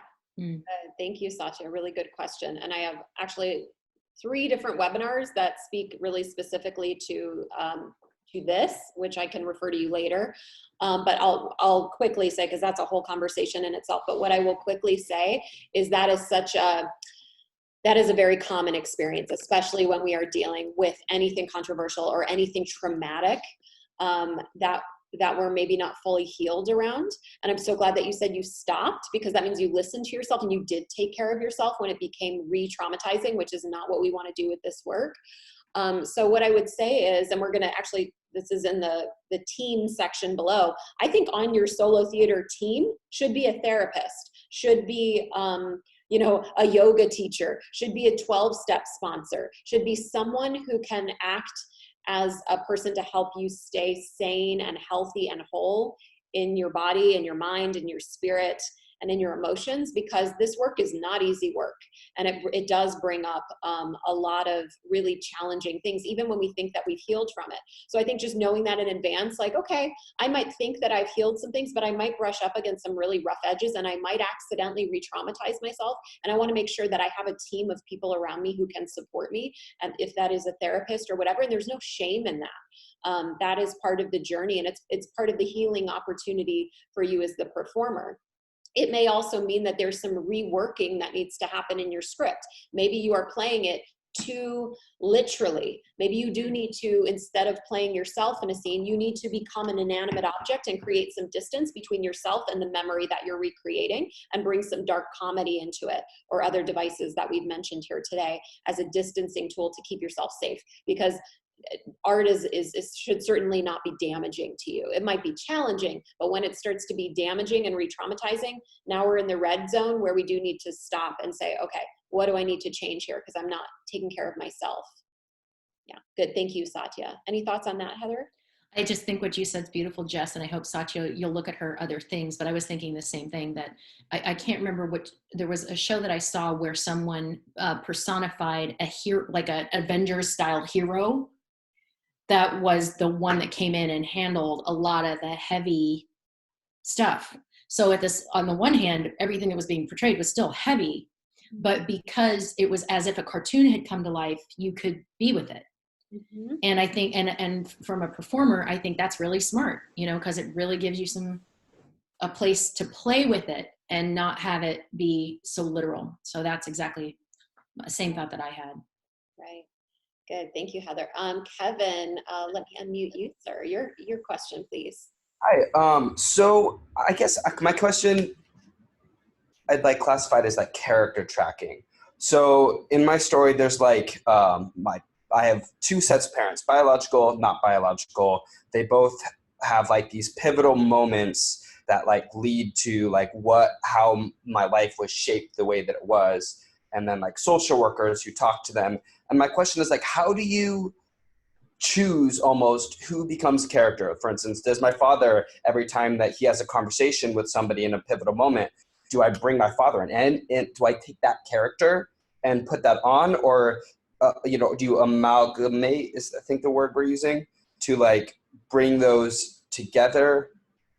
And where do those choices come from? My brother is a really important person in my life, and then I have my biological and not biological. And so how do you kind of marry those things without having like 6 different characters? And like you said, trying to, not act out as your mother, but like have your mother exist as a character in a form. Mm-hmm. Great. So that's a great question. It's also a very big question. And I don't think there's a blanket statement answer to that. I think like creating a solo show in many ways is like making a sauce. You might add too much salt, and then you need to add some more water to dilute it a little bit. You might need to add some extra ingredients. It's a process, and that process can change after you've even premiered your show. You might completely change a character and go, you know what, that didn't work. I mean, Diana Barco, who was on a webinar a little while ago, she's still changing the character's sensuality and making it come from a different place of inspiration. So I just say that to let you know it is a work in progress, and you just have to start trying. But if there are characters who in nearly every story, the voice of dad is coming up repeatedly, if there's a repetition of a particular character, then that feels like that's a primary character that needs to be a part of the story. And then again, if we start to get into, but that's going to damage my relationship with that person, then the question becomes, how do we portray the truth of that dynamic in a way that is safe for everyone, in a way that doesn't destroy your life? So that might mean you have the voice of dad be portrayed through an inanimate object that isn't called dad, but still brings out the same emotional responses in you and still triggers you in the same way as a character in a story, but you've now protected that interpersonal relationship. And again, if you have 6 friends at a party and they're all basically serving the same purpose of pressuring you into having a drink or something, maybe we don't need 6 friends. Maybe we need 2 friends. Maybe we just need 1 friend who means a lot to you that you portray authentically, and all 6 people are amalgamated. So again, there's not one blanket statement, one way to do it, but it is about starting to experiment. And it's also about having outside eyes. It's impossible to be our own director, developer, dramaturg, producer, publicist, like all the different, hats that need to be worn in the creative process. So start letting other people in and see what kind of feedback you get. Heather, any thoughts on Kevin's question? I think that's brilliant, Jess. And I'd also say too, like when you say 6 characters, I'm like, oh, that's no problem. 6 important characters, shush. That's it. Because just because they're characters doesn't mean, maybe the only line that character delivers is every, a third of the way through, halfway through, and at the end, they have some moment with you where they have a thing to say. I mean, that's how in my first show, 39 characters, it was still an hour long. So sometimes those people just had the thing to say in the moment, and that was all I needed them for. And in other cases, like with Fertile, this show, because it was a smaller cast, if you will, of 11, all of those people filled a very specific role, and I had to give them their time to say what they needed to say. And, you, as you're writing, you will discover what points of view you have to get across, and you'll know if this is the character that needs to be the one saying it, for sure. And I love that you said, Heather, a character can just say one line and that's fine. They don't need a monologue to be worthy of being in the show. That's right. Yeah. That's right. Good. As an actor, on the acting side, that can be a lot of fun. because, you know, I did a montage of douchebags in my first show where I just did quick turns and turned into 4 different dicks that I had met when I was dating. And they were hysterical. They got some of the best laughs of the entire night and they barely said anything, you know? So sometimes playing with characters to make a point can be a lot of fun when they're just quick in and out. Right. Okay, so moving into the portrayal of the characters, my first pro tip is just non-judgment. And I mean that all across the board. Non-judgment for yourself as you're stepping into the characters and being like, oh, do I look silly? Do I sound silly? Am I playing them exactly right? Like, really try to step out of judgment as much as you can and allow yourself to be silly, to experiment. I think a lot of times when people say they're not character actors, to me, really what I see is they're not willing to fail or look silly yet. And once they are willing to start to experiment, I'm like, that was hysterical. That character you just did was perfect. That was way more diverse and dynamic than you thought it was. So a lot of times we do have those skills. We're just afraid to morph our face in a certain way or morph our bodies in a certain way or experiment with our voice in a certain way. So removing that judgment of self. And then the next phase, I would say, with non-judgment is, especially with controversial and hot topics, if you're going to be portraying a lot of different characters who hold viewpoints that are wildly different from your own, it's going to be a wonderful exercise in you of practicing non-judgment when you step into the shoes to portray them. Because if the audience can smell from a mile away that you are judging that character and they're being told exactly how they're supposed to view that character based on your own animosity toward that character while you're portraying them, it's going to be a major turnoff for the audience. And it robs you of some healing work of practicing non-judgment and really stepping into the role of that character authentically and letting the audience decide for themselves what they want to take away from each character. Anything you want to say about non-judgment, Heather? And it's funny. One of the things is as you practice non-judgment of your characters, what you're going to discover is you become a more empathetic person, because it gives you the opportunity without consequence or changing who you are or changing your belief system or any of that. Gives you an opportunity to play with a point of view and imagine what it's like to be that person. And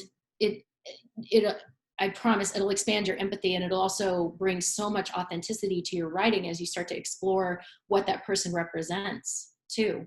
And I really think I said to Jess yesterday, I was like, this is what's missing globally, is the ability to be empathetic and to just stand for a minute outside of yourself and try to get your head around something. So it's a really powerful exercise, especially if you're writing about something like writing for me about our issues with infertility.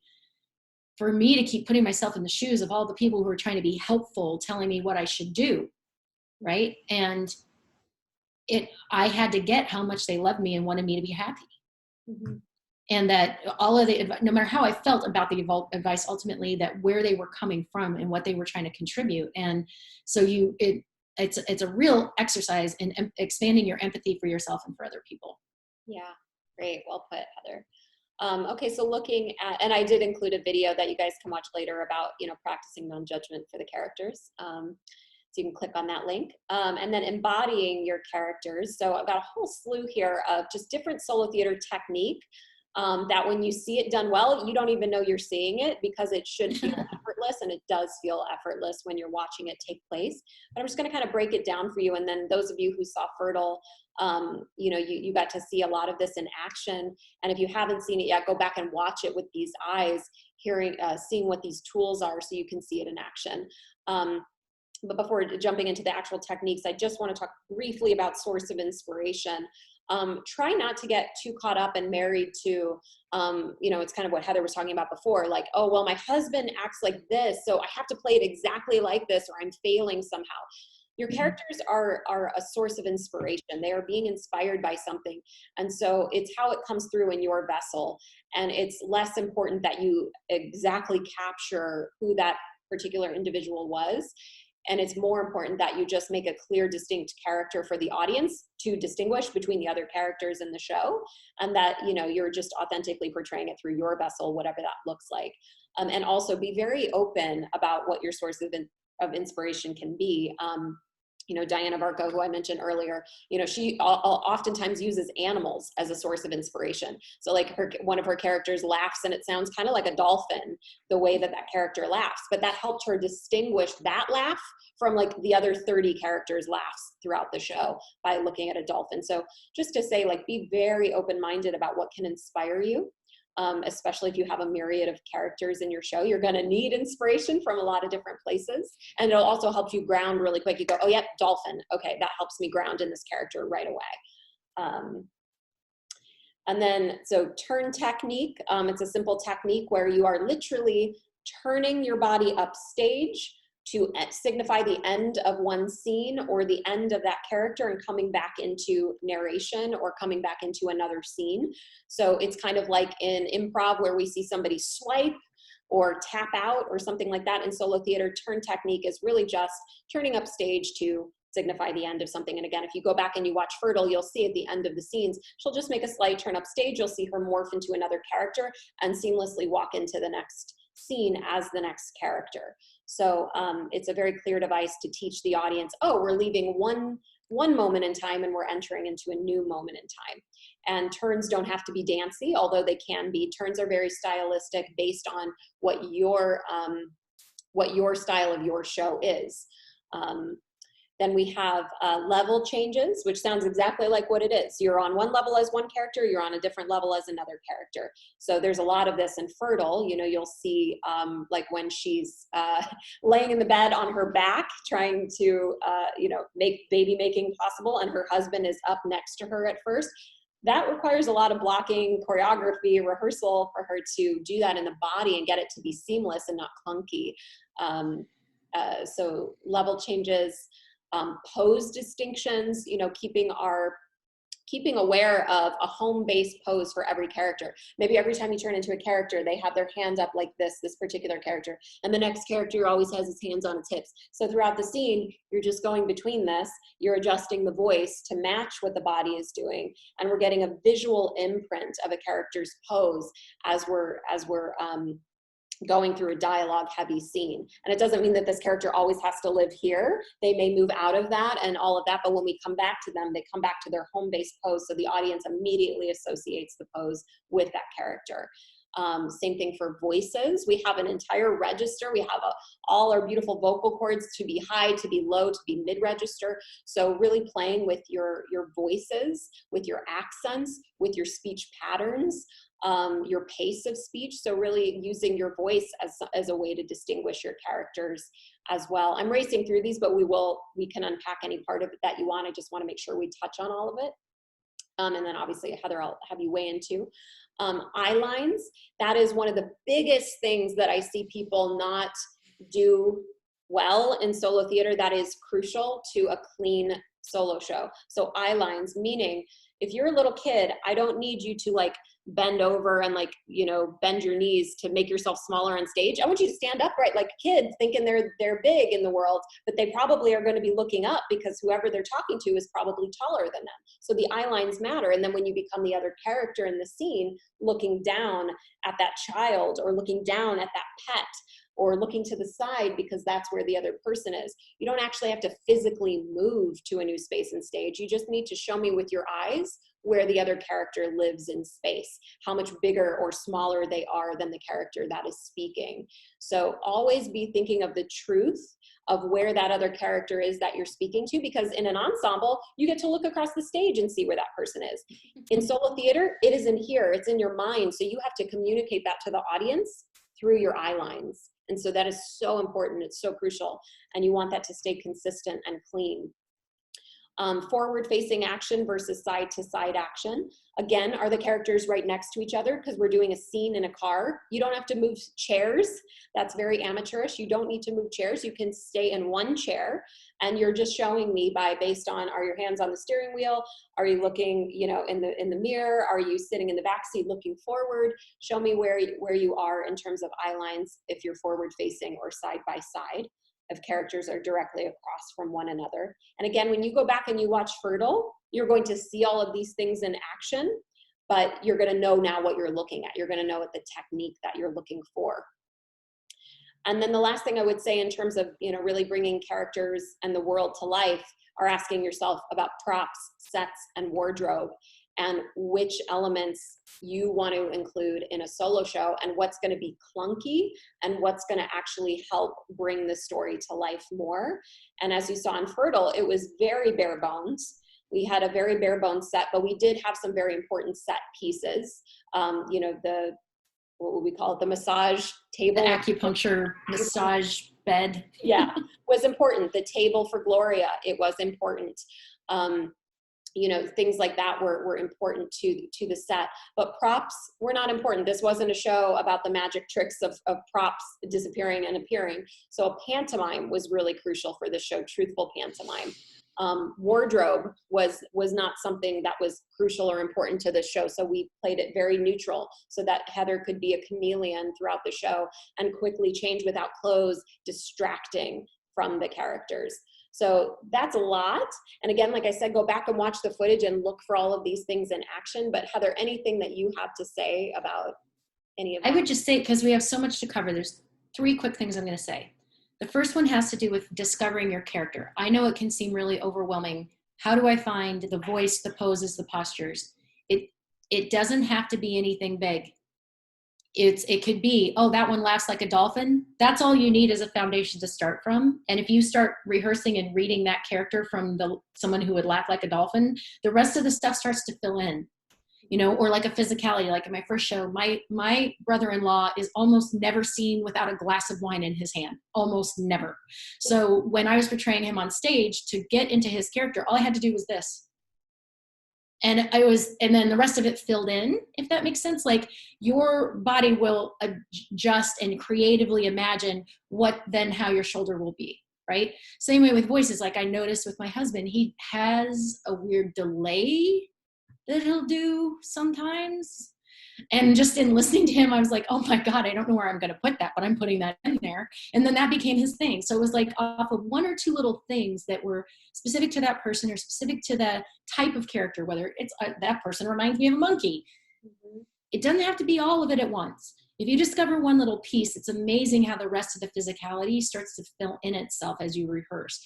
Then as far as the rest of it, I really want to encourage you, if you're going to be watching this solo theater anyway, keep this study guide that you have now to those characters. And if you read that stuff and you're watching, there's no reason you can't stop it and back it up.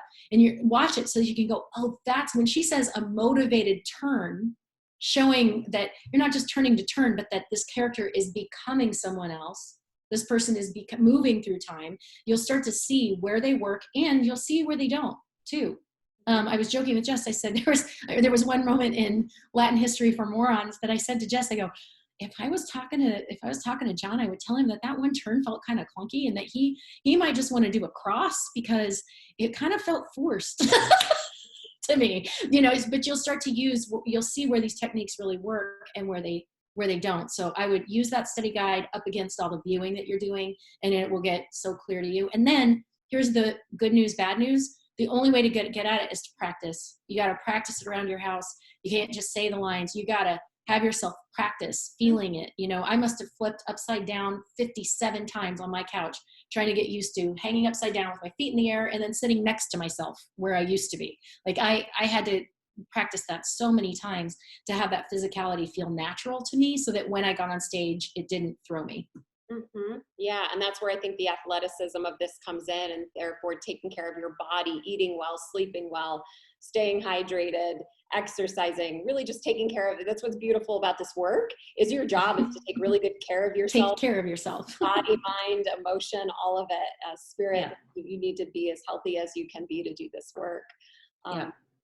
Mentally and physically. Yeah. Any questions about this, the embodying your character sequence, before we move into crowdfunding? Okay. Heather, I'll let you start off with the crowdfunding. I'm going to slip into the bathroom really quick and we'll jump into Oh, that's not fair. Okay, so here's what I want to say first about crowdfunding. And since I can see you all on screen right now because of the size of us, especially if your camera's on, if you're someone who has been thinking about doing this or have tried to do it, maybe it didn't the way you said, just raise your hand for me if it's something you're thinking about or have thought about, so I can kind of see you. Okay. So I am going to give you as much as I can here. And I also want to offer that if it's something you want to endeavor to do, I'm trying to figure out what I could make available as like a basics course, because let me be clear, crowdfunding is a massive undertaking. It just is. Now, that'll largely depend on how much money you're trying to raise. So like this web series that I just did, I raised $30,000, and that was a massive undertaking. And I had a really good team to do it. So even if your goal is smaller, depending on how many people are on board with you helping to bring your project to life, it's a big undertaking. So you just want to tell the truth about it and know that you're going to need time to ramp up. Okay. And the first thing you want to tackle when you're thinking about crowdfunding is your mindset. And I think as artists, this is always the key, is that if, just like she was saying, you have to learn to manage your inner critic to give yourself permission to write. Guess what your inner critic is going to have to say about crowdfunding? So I just want you to notice when you think about asking for people to help you with money, what comes up? Just notice the noise in your head. Okay, that's what you're taking with you into this endeavor. So you've got to really confront a couple things. One, there is a conversation in the artist community that we're all broke. There's just an agreement that, oh, I'm a broke, struggling artist, and that's just the way that it is, okay? I want you to consider that that might be true for you, and it might be true for some of your closest, but it is not the truth of the world. The world is abundant. The world is abundant. And there's people out there that have money, and there's also people who are passionate about storytelling and the arts, and very likely passionate about something you're passionate about. So you've got to kind of challenge your own. It's kind of like we were talking about stepping in the shoes of another character. You might want to step into the shoes of the character of who would be passionate about supporting you, who would be passionate about seeing your story come to life, who would this matter to, right? That you've got to give up this. If you are committed to that there is no money out there, then don't even bother this thing, because you'll kill it. You'll sabotage it before it ever gets off the ground. So there are people that have money and the world is abundant. There are also people that have money that will be excited to give it to you. And guess what? Their money is none of your business. You might have an opinion about what you think their budget, but do you know how they spend their money? No, you don't. You don't know how much they make. You don't know how much they save. You don't know. Some of you barely know that for yourself, much less for the guy who lives next door, okay? So you've got to get over what you think you know about people and their relationship to money, and give yourself the freedom to consider that the world is abundant and that art matters. Nobody's spending more time and money on anything other than the arts right now during this lockdown. It is by far the most consumable thing that is happening right now, okay? So give yourself permission to live in the world is abundant, and I never know where it's going to come from. So that's it for that part. Beautiful. I just want to add to that with mindset is that I have found time and time again, it is not that people are unwilling to give. It is that we feel unworthy of asking. So worthiness comes into it a lot. And worthiness is a narrative that plays out throughout this entire journey, not just when coming to, not just about asking for money, but in terms of being worthy to tell our stories in the first place, to take up an hour on stage in the first place. So it's actually an invitation to continue to step into your worthiness, to continue to believe that you have contributions to make creatively that deserve to be funded, that people will want to contribute to. So just understand that unworthiness is work that you need to be looking at most likely also. And even though it might be disguised in a million other excuses and reasons, at the very core of it, there might be some unworthiness happening that deserves some unpacking and some healing. Yeah. And not to make light of that, I know at this particular time right now, it's challenging, you know, because you're like, yeah, but Heather, in reality, this is the highest unemployment rate since the Great Depression. Yeah, I got that. And the world is abundant. Want to move into making a budget? We're not doing. Yeah, and I'm going to let you lead. I'm going to let you lead with that. Okay, so yeah, so on the solo show side. Yeah, I'm not going to break it down in terms of like a template or anything, but in terms of making a budget, I think if you are going to be asking for a contribution, it helps even just to make you feel better about asking when you can really look at and go, well, it is going to cost a lot of money to make this happen.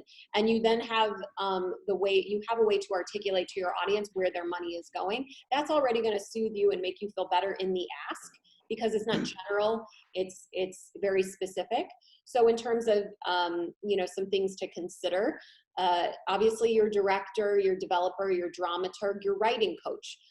That could be one person, that might be a couple different people, depends on the skill set of who you're working with. But that's a person that's going to be crucial to the process. So start interviewing people, see how much they're going to charge, see how long they think it will take to work with you to create the piece, or wherever you're at in development of it. See, so you can get an idea for, okay, this is how much this is going to cost. Then we also have to look at things like the technical side of things. So the technical director, the Q lab designer, you have to look at your promotional side of things. Who's going to be your graphic designer? How many postcards are you printing? Are you buying Facebook ads?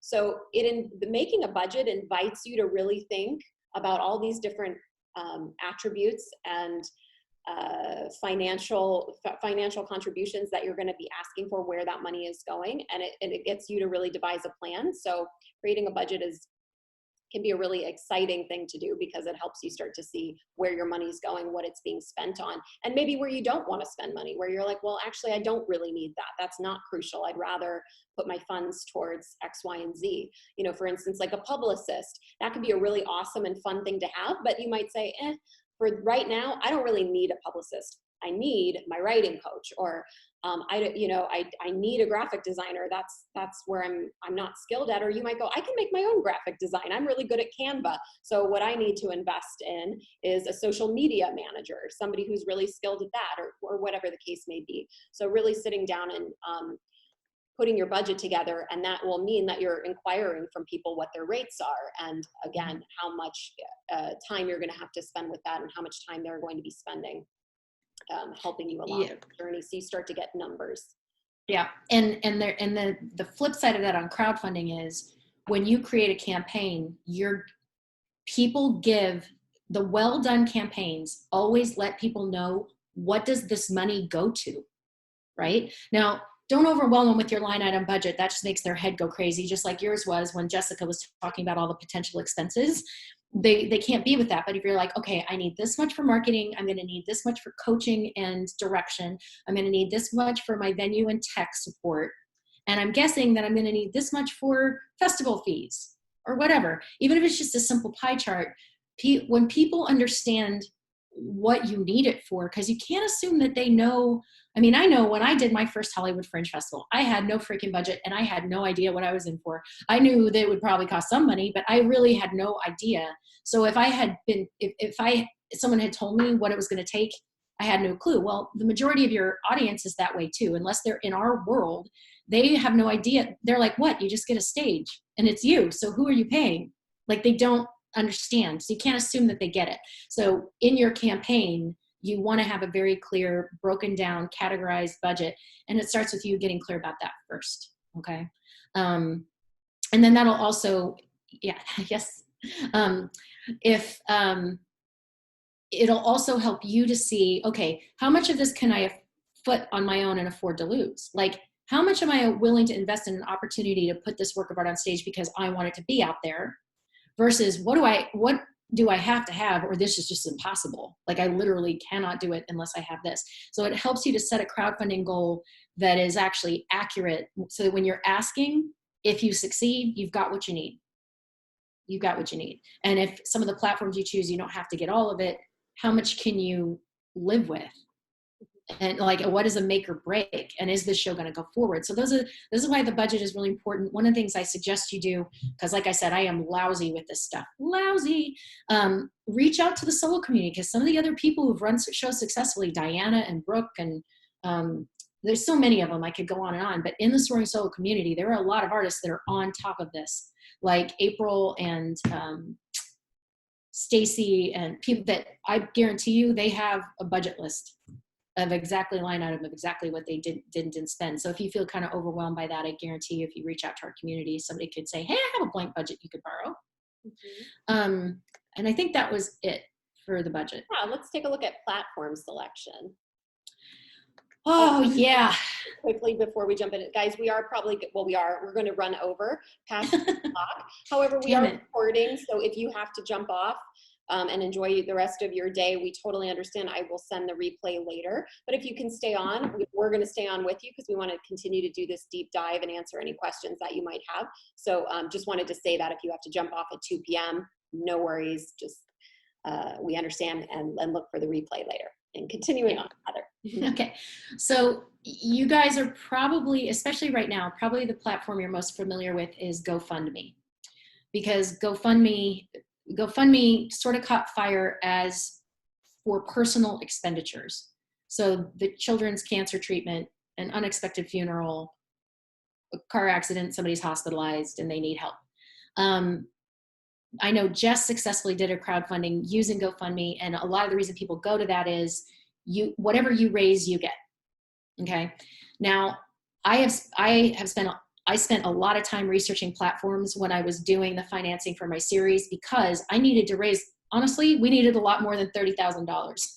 And we just signed on another producer for $5,000, but we still need another $5,000 for post-production. So we didn't even hit our goal. But because I needed to raise so much, I had done a ton of research on these platforms that are in your study guide. So again, the best way for you to know which platform is going to work best for you is to be clear about how much money you want to raise, how much you really think you need to produce your show, and then to look at the way those things are set out that could support you. So for example, Kickstarter, if you read reviews online for crowdfunding for ventures, Kickstarter wins every time. And it sounds crazy, but because it's an all or nothing platform, it puts stakes in the game for people contributing to you that motivates momentum over the course of time of your campaign. Like they might be on the fence about how much they're gonna give and they're kind of half paying attention to it, but when it's down to the last 3 days and they see you posting that you're $500 away from your goal, and if you don't make it, you get nothing, you'll be surprised the money that shows up. Now, in my platform that I used with Seed and Spark, which I'll talk about in a minute, you have to raise 80%, and the majority of our money happened in the very beginning. And right at the very end, we were saying, if we don't hit 80%, we're getting nothing, right? So all of those procrastinators that wait and see. The other thing that happens psychologically is if you, ideally in any platform, you want to raise 30% of your goal in the first 3 days. Because people, there's a psychological thing that if they see in those first 3 days that you're on a roll and you're going to get there, there's excitement about that. It's like, oh my God, they're going to, oh, she's going to do it. She's going to do it. And they start chipping in. Okay. On the flip side, if you set this huge goal and in the first 3 days, there's clearly no traction for it, people look and they go, oh, you're never going to make it. And it becomes like this antithetical thing of like, sorry, nice try, but nobody wants to see this. And they just sort of, they flush out of it. And this is based on tons of research. I really want to encourage you, whatever platform you select from that list, Seed and Spark has a back-end library that has so many extensive videos and guidelines and workbooks for free for people who want to do crowdfunding. They are completely about empowering independent artists and in particular independent filmmakers. So there's a ton, they'll give you everything you need to know about what you should consider in setting up your platform or your campaign for free. So I highly, especially if you have a sizable goal, because say you want to tour the show and you know there's 3 festivals and you're planning ahead for Edinburgh and all of those things, and you want to like go for something big, you know, those will be invaluable to you. And I want to let them know that these are all hyperlinked, so you can click in your guide on Seed and Spark, GoFundMe, any of these red words here, and it will take you to the site for later, just so you know. Heather's, done we hyperlinked it all. And Indiegogo, I want to talk about that for a minute, because they have an all or nothing side of their platform. And I know it sounds crazy, but I was shocked. When we set the goal that we did, it was a very big goal.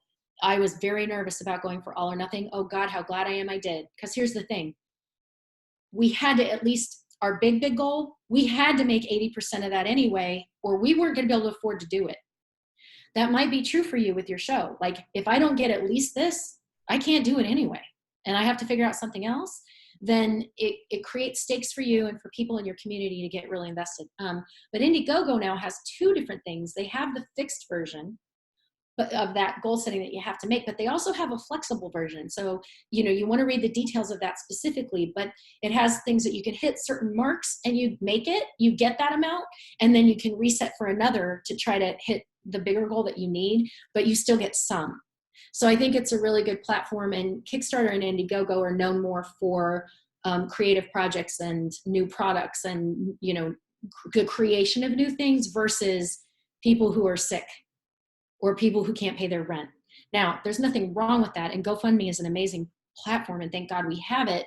But it also means when people are looking to contribute, because see, some stuff will come to you from the platform. People will discover you on these platforms and their marketing, especially if yours catches fire. Like our project was featured many times on Seed and Spark because we had momentum.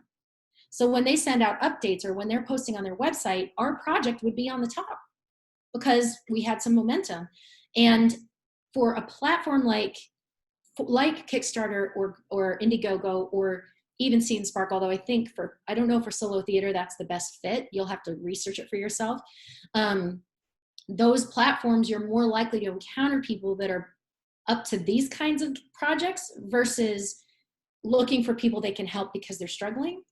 It's just distinct, if that makes sense. And that's an opinion from, again, I paid a coach for crowdfunding. And so when we were culling through all of these platforms, I know more about them than I ever thought I would just tell you, but you've got to make the choice for yourself. Seed and Spark, again, is more for video and television and film. And then there's another one I put on here for those of you who, if you are a musician who's ongoing creating tracks and albums, if you're an artist or a puppeteer who's making puppets and creating stage shows, and also now you're going to write a one-person show. Patreon is designed for you to support an artist ongoingly. So like my friend Jessie is an incredible illustrator, incredible photographer, and she makes most fantastic pop culture puppets in the world, right? She has an Indiegogo account, a Patreon account where people can donate $5 a month to her. And her obligation to them under that is to keep them posted about all the stuff she's doing. Because when she creates new works, they want to see it first. If she has a limited edition of something, they want to have first access, right? And some of the people are giving her $25, $50 a month because they love her artistry. They want her to keep making stuff, and they want to be the first ones to be in on it when she does. So that's a little bit different too. Again, if you have if you're going to do the history of women between 1960 and 1980 who influenced feminism, and you're going to do a series of monologues about that, I don't know, maybe Patreon's a fit. But my instinct tells me that for solo theater, my vote for you would be Indiegogo and Kickstarter, and explore the others to see. If it's a smaller goal, it won't be, all this information I'm giving you won't be as critical if you have a smaller goal, but what we're going to get into is important no matter what. That makes sense. And the good news is you have this as a resource, guys. You don't have to have this all make sense for you right now. Okay. And promise me you won't get overwhelmed. Yeah. Okay. A lot. Can we ask if there's any questions right now, just on the platforms or making a budget, any of that stuff now before we move into this next part about your team and reach? Any questions about what we've covered so far?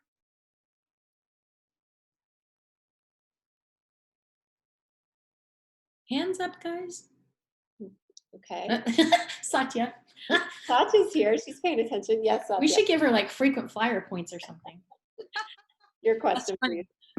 Maybe that would encourage a lot of people to ask more questions. But I really love Patreon, and I've been very curious about it. And you mentioned, and I would love to know more about that side if there's any information how to go on about doing that, because I plan on doing this art solo and everything ongoing, and I want to constantly be able to support myself. And a lot of artists are able to get supported with Patreon, which you shared, and I'm a little overwhelmed by that site and how to start and all that. But yeah, I would like to create a solo show, but I have all these other things in my life that well, I'm going to offer you something, Satya. I have an idea for you. Okay. First of all, you can't shortcut the homework. You have to research these sites. You've got to go in their back end. You've got to understand what they stand for. You got to understand the fees that they charge. You got to understand the credit card processing that they charge. Because listen, on that campaign we did, we actually raised $34,000. We took home $29,000 because There are credit card processing fees. There are funds that get bounced back from people. There's the fee that the platform takes because they got to stay in business somehow, right? And they all vary by platform, okay? So you got to do your research. But my idea for you, Satya, is if the first launching point for you, or one of the central pieces is going to be a solo show, what I would do is I would decide what platform will get me the money that I need to do that show, right? Or are there people in your life that want to be producers that would just help you pay for the show, okay? And they get credit on everything as a producer, right? Do that first. And then when you have that as one of your products, I guess you could say, if you have that as a product, it becomes a place for you to spin off everything else. So at your show, maybe in the lobby, you've got this comic book that you did, or you've got this book of poetry that you did. And I know other artists have done that too. And that becomes the introduction to your Patreon account, that on your Patreon page, you've got, here's the excerpts from my solo show, here's excerpts from my poetry book, here's interviews of me talking about recovery from trauma. And that becomes, but it becomes a piece, you know, so it might not be, you got to really look and say, do you have a body of work that that people would want to continue to see grow? Or is it, I'm going to do something, I promise, so help me, because that ain't going to do it. They got to see, for Patreon, it's more about that they have enough of a taste of what you are as a creator that they want to back you up. Right. So, but for any of the platforms, guys, you gotta dig in and do your homework. Good. So moving into your team and reach, shall we look at that, Heather? Yeah. Okay. One other thing.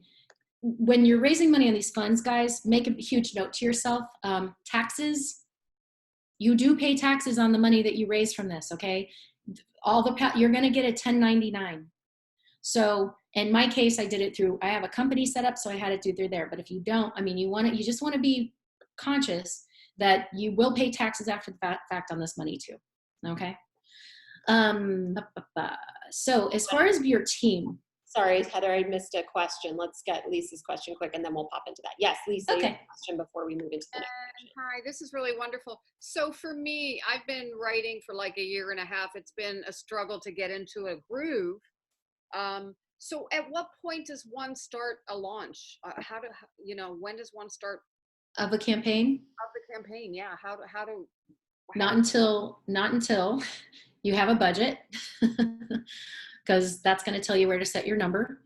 And once you have the budget, you're going to select your platform based on the size of the goal you have. You're going to look at those platforms and feel into what is my reach. And that's what we're about to talk about too, is I know with the woman that I hired to help us with our crowdfunding, when she saw the size of our original goal, she literally said, I promise you, you will not make that with the size of impact you have right now. Telling me what your email list is, telling me what your social media numbers are, telling me what your team is, you will not make that goal.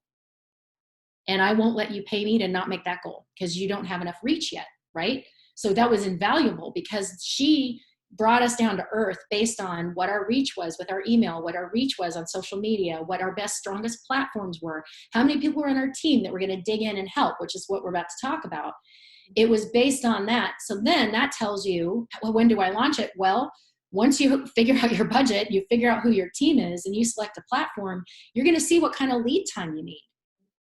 Like, how long is it going to take me to get these graphics ready, to get my video for my campaign ready, to decide on what perks and bonuses people are going to get for what they contribute? Like, how long is it going to take me to go through my email contacts and find out if they're still valid and if these are still people in my life, and to get those collected so that I can be in touch with people, right? And how many are spam bots that are following me on Twitter or on Instagram versus how many real connections do I have? You know, that'll tell you how much lead time you need to build it. We did ours, and it's part of why we hired this woman. Our buildup was about 3 months just to get ready, to get our video shots, to get our graphics done, to get to make agreements with different people to give us certain gifts and to give a certain time and whatever, right? And we would have needed 6. Part of the reason we hired the woman we did is because we had a commitment by when we wanted to start shooting. So we hired her because we saw really quickly there's no way we had built in enough lead time to get ourselves ready, to get ourselves email clean, to start building back up relationships, growing our audience, getting to know who was out there was still connected to us, who on our team was going to play along and let us and also send it to their email and also send it out on social media. So your goal will kind of tell you how much lead time you're going to need. Now, if it's a small goal, you know, if it's, and I say small because it's all relative, right? But like compared to the 34 that we got, if you're looking for $1,000, you may not need that much lead time. If you've got strong connections on Facebook and maybe one other platform, maybe you're great on Insta, you're great on Twitter, and you have a great personal connection of friends that you could say to me, I have 100 email addresses that I know are valid because we're in touch all the time. Great, then you probably don't need a lot of lead time other than getting the creative aspects of your campaign built and making sure you know what your goal is. So kind of, it depends on, and again, it all comes back to that budget, because the size of the goal is going to determine the platform, it's going to determine the size of the team you need to cultivate, and it's going to determine the lead time you need to put that together too. And I know that's a big answer, but to even get a budget, so we were talking about even just writing, Lisa. So if you're back in the writing phase, guys, and that's where you're at, to even be able to cultivate a budget, you need to set a goal for yourself. You need to I always talk about put a stake in the ground. So I know it's a tricky time right now with COVID-19 and all of that's happening, but as much, whatever stake you can put in the ground, even if it is a staged reading or a living room performance or a streamed version of your show that's happening, like I said, Whitefire is doing, Stream Fest in the summer, whatever it is, putting a goal in the calendar so you can go, okay, well, here's my performance, whatever kind of performance it's going to be is happening on this date. So now I know, okay, I have to hire my writing coach. Now I can figure out how many sessions I need between now and that premiere date. I know I need to get my technical ducks in a row. So I need to hire my QLab designer. I need to, whatever the things are, you're going to start to be able to form a budget because now you have something you're working toward. But if it's nebulous, if there's no goal, if there's nothing, there's no stake in the ground, we can't devise a plan because we're not working toward anything. It's nebulous. So the first thing is to put the stake in the ground, then you create the budget, then you create the campaign to build for that, to that end goal. That's so brilliant, because I have to tell you, I remember with my first show when Jessica Johnson, in her gentle way that she does, kept saying, well, I think we'll be ready for Fringe. I'm like, no, we won't. I think we'll be ready for Fringe. No, we won't. Yeah, I think we'll be, and we, but once I registered for Fringe, everything else, my motivation to get it all figured out happened really darn fast. Mm-hmm. Now, the good news about the pandemic, in my opinion, is, number one, you've got lots of time to write. Number two, you could always do a table read just like we're doing right here.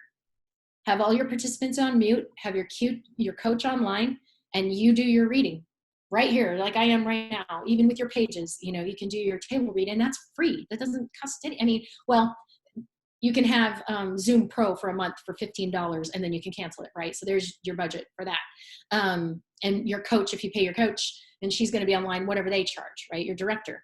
But you can do so much rehearsal in your living room. You can record yourself with your iPhone. You can do table reads online. You can even do group things like Jessica offers, or one-on-ones with Jessica virtually, so that you have a lot of the stuff ready, and you got time to research these platforms, to start to get your head around, like, the closer I get to this one feels really good to me. I like the way they do business. I like these tutorials they have. I like the fact that they only do a 2% fee instead of a 5% fee. You know what I mean? Like, you've got the time to do a lot of the digging that is the burdensome part of producing all of this stuff, right? So, and a great community connect with in the meantime. Mm-hmm. So last question before we move into this section. So Johnny, you can ask your question, and then— I thought he was gone. What did you say? Johnny's gone? gone? No, he's not. Johnny, your question. Hello. I'm here. Hi. Hi. So my question is, I feel like I'm where you were on your first show, feeling like the challenge of creating character, I'm not a writer, all those questions. But I do know I have a story. I guess my question is, what can you advise to move forward from that, being in that place, since you've gone through it, from being stuck of telling yourself you can't create characters, or you're not a writer, and what motivated you? What gave you the sign that to move forward, or what tools did you use? Well, the first thing is that, Johnny, I'm going to be really straight with you. You've got tools, and you do, because you use them all the time on yourself and other people. You know how, and you hear your voice, so you know it's full of shit. And I can only say this to you because I know you and I love you, that you know that that is old, played out baloney. And it's never going to be gone. So maybe what you need to do is you need to find a character that's in your existing story and let that guy play it out, and be a character. That's the first thing. The second thing is, you know, you've just got to put a stake in the ground for yourself where you don't get to put this off anymore, period. Because I think what's missing for you is that there's nothing at stake that has you hold your feet to the fire and do it at this point. Because I know how much you've worked with Jess, and I know all the feedback you've gotten from a lot of people. And right now you're letting that activity look like it's moving you forward when really all it's doing is avoiding. So I say, pull out, you gotta put a stake in the ground, whatever that looks like, whether it's doing streaming with Whitefire, which I don't know what it costs, so I can't put that on you, but whether it's a streaming thing or whether it's a live performance you're gonna do in your living room on Zoom or whatever it is, you need to put something at stake that you don't get to back out of.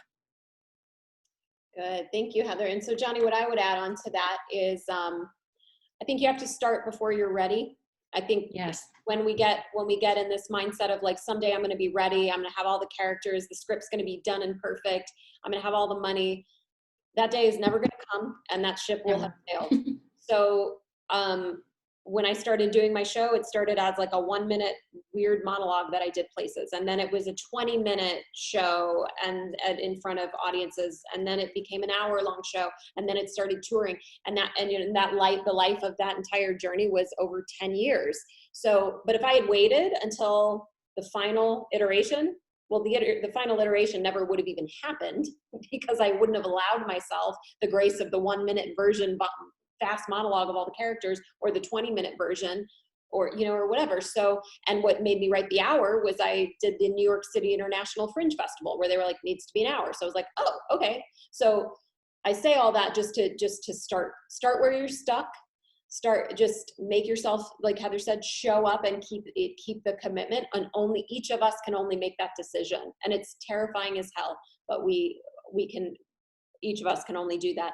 And as much as it sounds like we're kicking your ass right now, or kicking our own asses in this, because we love you, patting yourself on the back is important too, and celebrating every single step of the journey is important too. So the fact that you're on this call today, the fact that you show up for coaching with me, the fact that you go to other people's shows, pat yourself on the back, but don't give yourself the pass of like, and this goes for everybody, it's not just for Johnny, of like, okay, well, I did the coaching session, so I'm good. It's like, no, acknowledge, but also make sure that that stake is in the ground, and that you respect yourself enough to honor the fact that that stake is in the ground, and not to just pull it up and throw it out. In the ground and working toward it.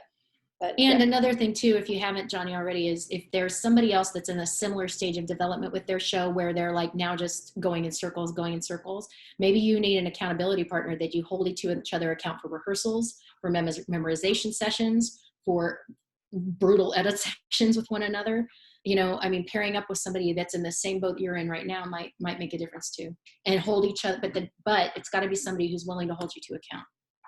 That's the trick. We're looking at your team and your reach. We're going to have to get to you later, Diana, because we got to keep moving forward. So your team and your reach. Okay, so here's the reality, and I mentioned it. I'm kind of glad because I sort of covered it a little.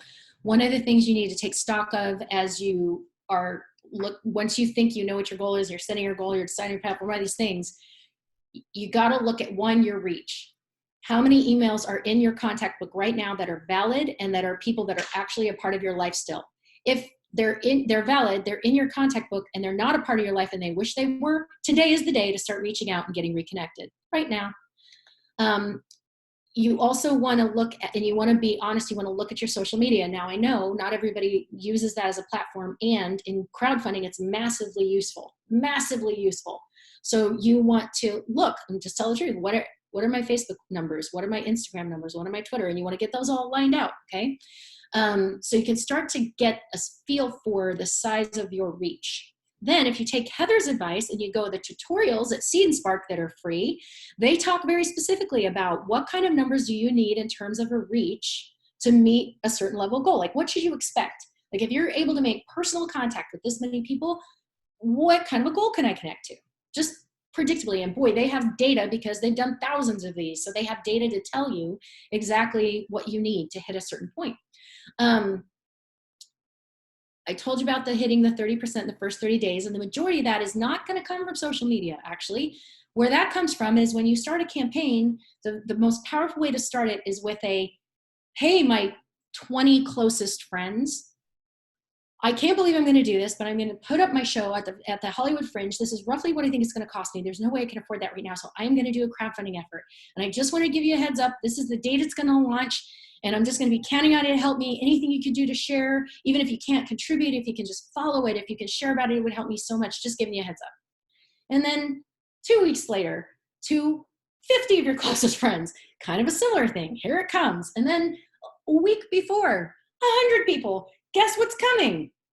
Okay, so there's like a ramp up that begins. And here's what happens is a lot of your you want to emphasize with those people, if I can hit 30% of my goal in my first 3 days, historically the campaigns succeed. It has to do with momentum. It has to do with visibility and reach. So if you could in those first 3 days, it would make such a huge difference. Here's some of the things that might happen. In those emails, you might discover your angels. You might discover the people who say, I would love to help you. You know, I'm going to contribute $100. You know, I'll help you get out of the gate or whatever. And especially if you have conversations with some of those people, if they call, they want to talk to you about it. They want to chat, they want to text about it. If you find those people, they become the ones that one of two things, either you're counting on them to commit to a big chunk, especially if you know you have a friend who is planning on doing that anyway. If they can commit to the chunk in the beginning, really helps you launch. By the same token, I had a friend came at me with ours, was like, I got $500 I'm going to give you. And I was like, oh, time out. Could you do me a favor? Could we do a matching thing? Like, could we tell them that we have a donor that's excited to contribute $500 and or they'll match up to $500 for any donations we get? And you could start to use that. So that's why those initial emails of figuring out who your fans are, figuring out who your audience is, even if all it is that they're going to share it, even if that's all they're going to do, because believe me, I had as much stuff come out of people sharing to other people as I did from people individually, but it begins with those personal outreaches. And then from there, you start to see in your social media how you're going to use it. If you're not familiar with those platforms, that's a whole other system of education. Again, now is a very good time for you to discover which platforms resonate with you. Which ones do you feel like you can naturally be self-expressed and connect to people on? Which ones do you like the way they're set up? Are you visual? And for you, Instagram's all on because you love the pictures of the food and the kids and the dogs. You know, you want to find the one that matches with you and start to get familiar with those so you know how to use them. You can also start to get familiar with programs that have you schedule posts and things like that. But that's like, again, in our packet that you're getting in the curriculum, this is all listed out there. So you don't have to remember this stuff, just know that it's there and know that you are gonna want to rely on personal outreach first, paired up with social media to build these things, okay? And why I say you have a team. So later on in the packet, it talks about building your team for your production. If those people are already with you, if you already know who your director is, if you already know who your tech person is going to be, if you already know the choreographer maybe you have, or the photographer that's going to help you do still images for the show, maybe you already have a friend that's a graphic designer that's helping you work on your poster and your online artwork, well, are they willing to be part of your crowdfunding team? Again, even if they've got no money, are they willing to be part of your crowdfunding team? And are they willing to send it to their email list saying, hey, there's a project I'm attached to that I'm really passionate about. You know, we're going to be doing crowdfunding, and even $5 and a follow makes a difference. Believe us, right? Because it just all adds on itself. Then you start to create your team. And now, if you haven't built that team for your show yet, again, that's something to look at. Is that a place that, you know, you want to look? That's something you got to look at once you've set the goal and when it's coming out. Right? Right now, you might not be there yet. So a lot of you on the call might not be at the crowdfunding place yet because you're not that close to producing yet. But this is a great resource for you to have to start to learn and understand now so that you will already be ramped up when it's time, when we're back in those theaters. I know it's so much. Move into campaign now, Heather? Yeah, and then the campaign itself, The most important part of your campaign is going to be your crowdfunding video. It's the primary video announcing, this is what I'm doing, this is how much money we're making, this is what the project's about. Here's some key tips. Again, go use the free resources at Seed and Spark. They're fantastic. But the video, you want to capture the tone of the project. So you want it to be consistent with the tone that you want to create with what you're offering, right? So it's kind of like what Satya was talking about. You're starting to create your brand as an artist. So have that video reflect that. If you do have team members, include introductions to those team members there. Who are they? Why do they care about the project? So you don't want it to just be a video about, oh my God, you guys, I've got to raise $5,000. I don't know how I'm going to do it. Can you help me? That is such, no. It's okay. Here's what I'm determined to do. These are the audiences I want to impact. This is why this story is important to me. This is the amazing team that I put together. This is the work I've done so far. I'm ready to do a table read on such and such a date. But for me to get this at the Hollywood Fringe, for me to get this to New York for United Solo, or to Edinburgh, it's going to take this many dollars. Why? Oh, because this is how much marketing is. This is how much the tech is. This is how much my coaching and direction is going to be. And this is what I need for publicity. So anything you can do. If you can share it, great. If you can follow it, great. If it's $5, great. But this is when the campaign is coming. This is when I need your help. Thank you so much. So it's, you want to get them engaged in your purpose behind this project, why it's important to you, who the people are that are attached to it already, what you're hoping the outcome will be, and then educate them about what you need. Okay? And I would just like to interject too that building your audience and your contributors, it's kind of, they're different conversations, but they're related conversations. Your audience for your show and your contributors to your campaign should not just begin the day that your campaign is beginning.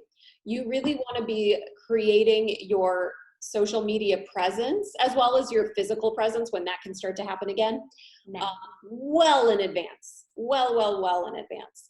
And what I mean by that is it's simple. It's as simple as you do a coaching session and you ask your coach, hey, can I take a screenshot of us on Zoom right now that I can post on my Facebook and just say, hey, just wrote on my solo show today, still figuring out what it's going to be.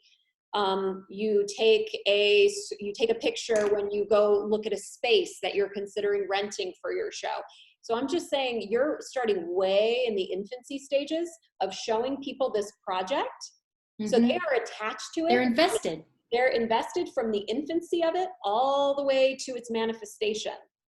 So you can start at any point, and it doesn't have to be these epic posts. In the beginning, it can literally just be, I'm excited, I have an idea for a show, and I just took a webinar, and take a picture of this.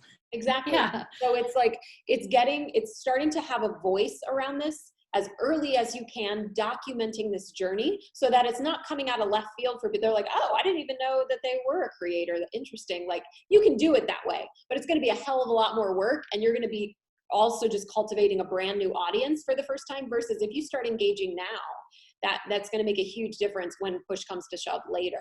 And also be the kind of contributor, be the kind of audience that you would want. So that means go see other people's shows, support other people in their endeavors. And again, like Heather said, if you don't have the money to do it, fine, then just let them know, say, hey, I don't have money right now, but I'm going to pass this along to some people because I really believe in it, or I'm going to repost it for you.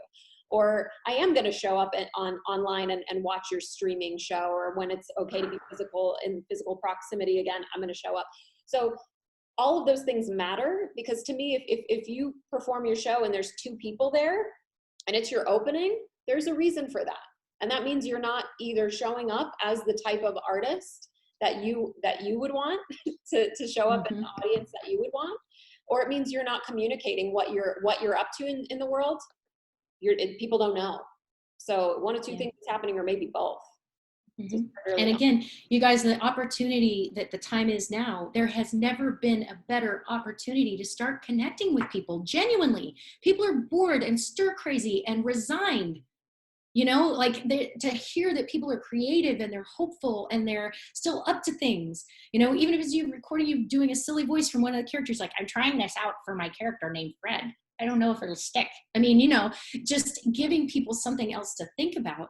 And for you to start learning those platforms, if you haven't been comfortable using it, there could never be a better time, because maybe we don't know when you're going to get to stage your show, but you can set goals with yourself, and especially if you have an accountability partner, that I am going to have watch those tutorials on Facebook by Friday, and I'm going to have clean out my email list by next week Thursday, or whatever it is, to start to build exactly what Jessica's talking about. The other thing she says a lot that I highly encourage is, when you're engaging in social media in particular, you can post and share about topics that are related to your show that are not about your show. You know, like if I got involved and started posting and connect with fertility groups, and I wasn't just talking about my show. Most of them aren't even local. They're nowhere near here. They're all over the world.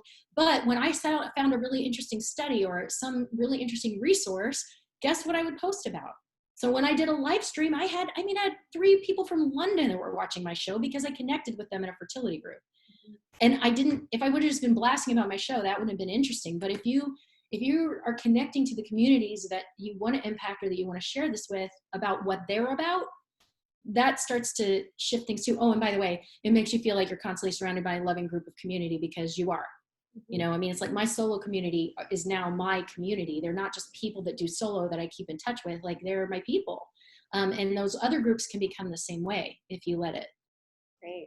So maybe moving into fired up perks for your donors. Yeah, and in fact, what I'm going to offer you guys is just look at this in the document, because it's pretty self-explanatory talking about, because those of you who contributed to campaigns for different platforms, there's always some bonus gift or something that you get because you gave, and it gives suggestions about what those should and shouldn't be and the easiest way to set those up. So the biggest things I'd recommend is that you read through what you got in this curriculum, and that you look at my campaign and you look at Jessica's campaign, just to give you some ideas, so you'll see what I'm talking about in reality. Okay. Good. And so we're really through the curriculum there. I did include some bonus materials, like, I listed some important people that I think you should have on your team, as well as a link to a video on my YouTube channel about building a creative team. I listed a bazillion festivals that you can participate in as a solo artist. So again, do the research, start looking into things, because it is my hope and belief that we will be in person again. And some of these festivals are also doing, streaming options and things like that. So look at those festivals. So those are some bonus materials for you to look at your leisure. But what I'd like to, just as we close out today, is just close with any questions about anything that we've talked about today that you'd like to elaborate on or get some more feedback on. Okay, Adam, let's start with you. Okay, can you hear me? Yes. Yeah. Okay. My problem is always wanting to do everything all at once. And I want to do something bold right now and post on Facebook June 9th, 2020. It's my birthday, when I'm going to do like a workshop / staged reading of my show, multimedia, still learning editing programs and whatnot. And I've done that before and failed. So I don't want to make the same mistake. So I want to do that. I do connect with people. Let me turn off the mic. Nope, can't.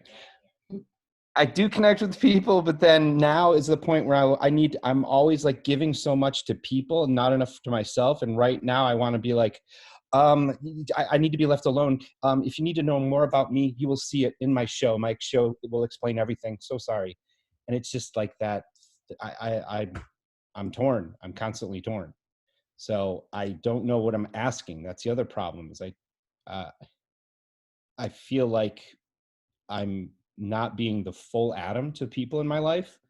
But if I put it into my show and do my show, they will understand me more. And that will almost be an apology to people in a way. So I guess what I'm asking is, like, I could put this flag, and it's just like, am I going to do the same mistake of trying to take on too much all at once? Because it's really ambitious, because I want to do it without crowdfunding. I don't know if any of you know Dave, the show. It's about a Jewish rapper that wants to create a rap video with no money, with like all the things that rap videos have, like expensive cars, great houses, all that.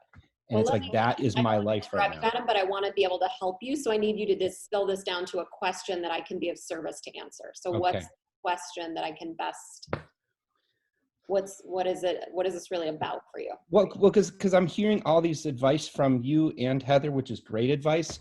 And it's like, cultivate all this stuff, like start small and do it for so long, several years, build all this.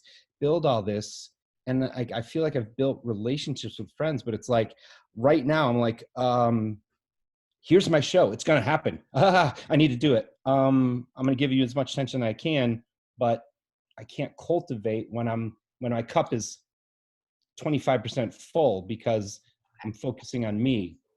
So does that make sense?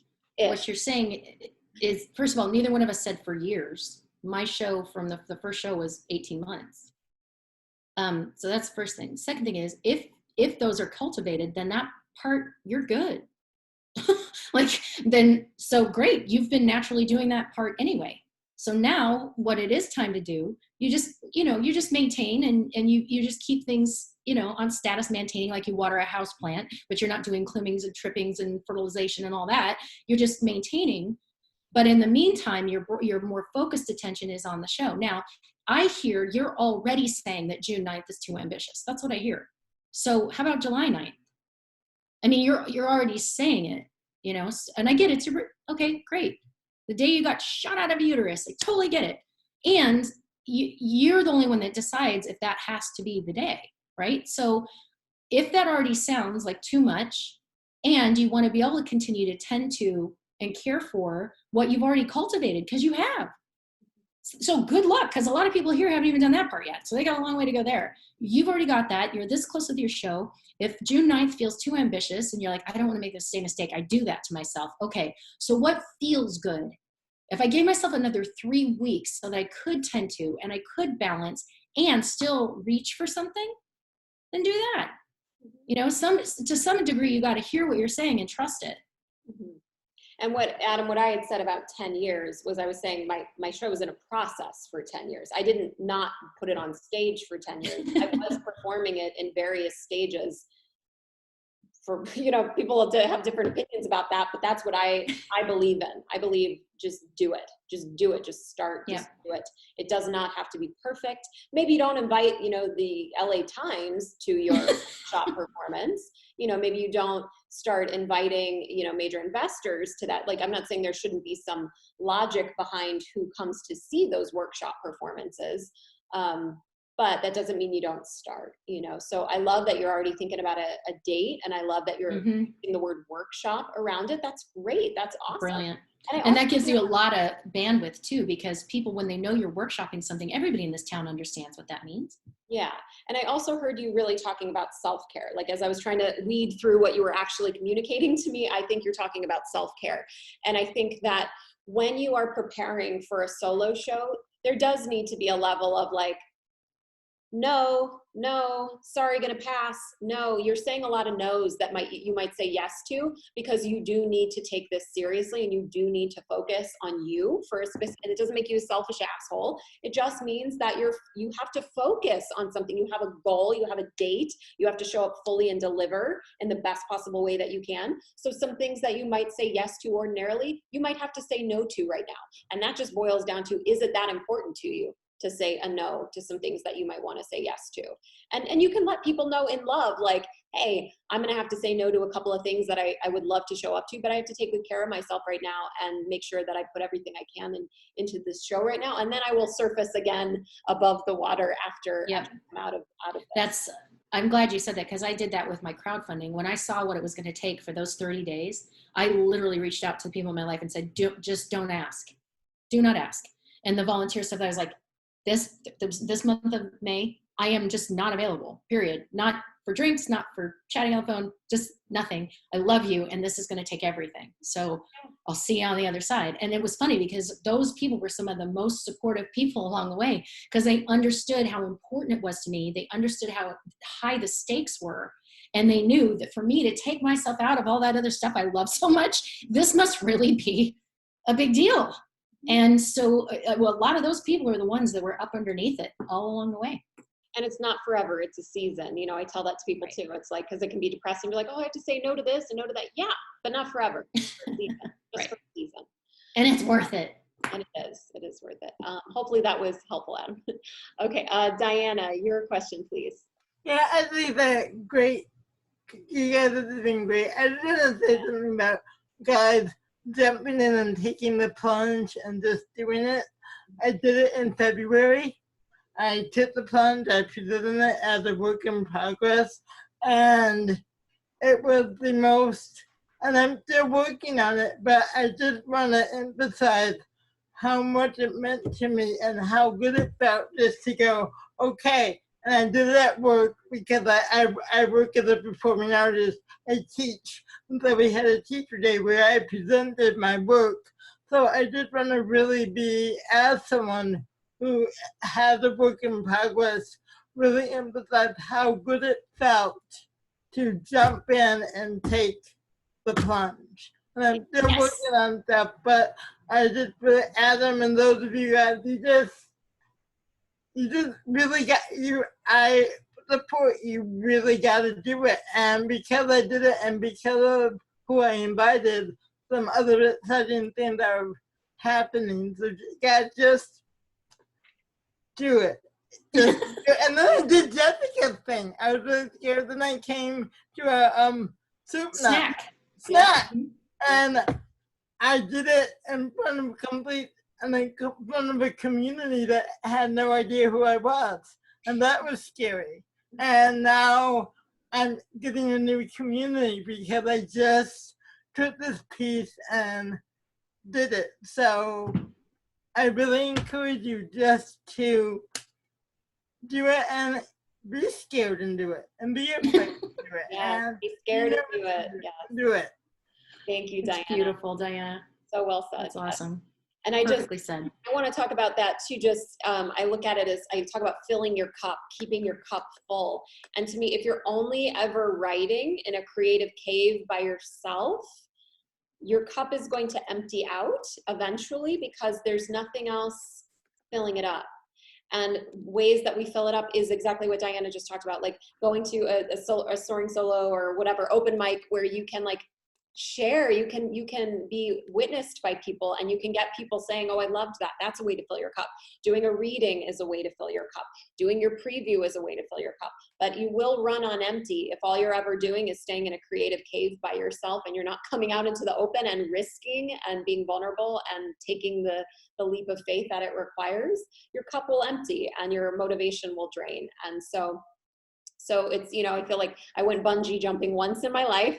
And, you know, after I was terrified to jump, but after I did, I was like, I want to do it again. Oh my gosh, that was so fun. And I feel like that's the journey of the solo artist. Who totally is. Like, oh my gosh, I don't want to jump, but I want to jump, but I don't want to jump, but I want, and then you jump and then you're like, that was terrifying and exhilarating.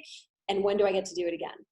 And how can I do it again? So yes. Any other questions to close us out today? All right. Well, I think this was a beautiful webinar. Thank you all so much. I will send the replay. Thank you for your questions. Thank you, Heather, for being such an informed and amazing guest. And this conversation definitely does not have to end. Heather and I have our contact information at the end of your curriculum. So please reach out. We're all there. Please let us know what other questions or ideas or thoughts you have. We want to support you and be here for you. So yeah, and I said, and I wanted to let those of you on this and those of you that are listening back to, if you wanted to have a preliminary shakeout for crowdfunding, if it's something you're looking at doing and you wanted to just get some clarity around that, my email's in the document. Email me and we can negotiate about time. I mean, originally I was looking to set like a 45-minute basics of crowdfunding for $25. But let's just talk and see where you're at and what what would work for you so that we can see what support you need. Because not everybody's probably in the same place. And I get that because I know where I was versus where I thought I was when I started with it. So just be in touch with me and we'll work something out, okay? Yes. All right. Thank you everyone so much. Have a beautiful rest of your weekend. Bye, Happy weekend, y'all.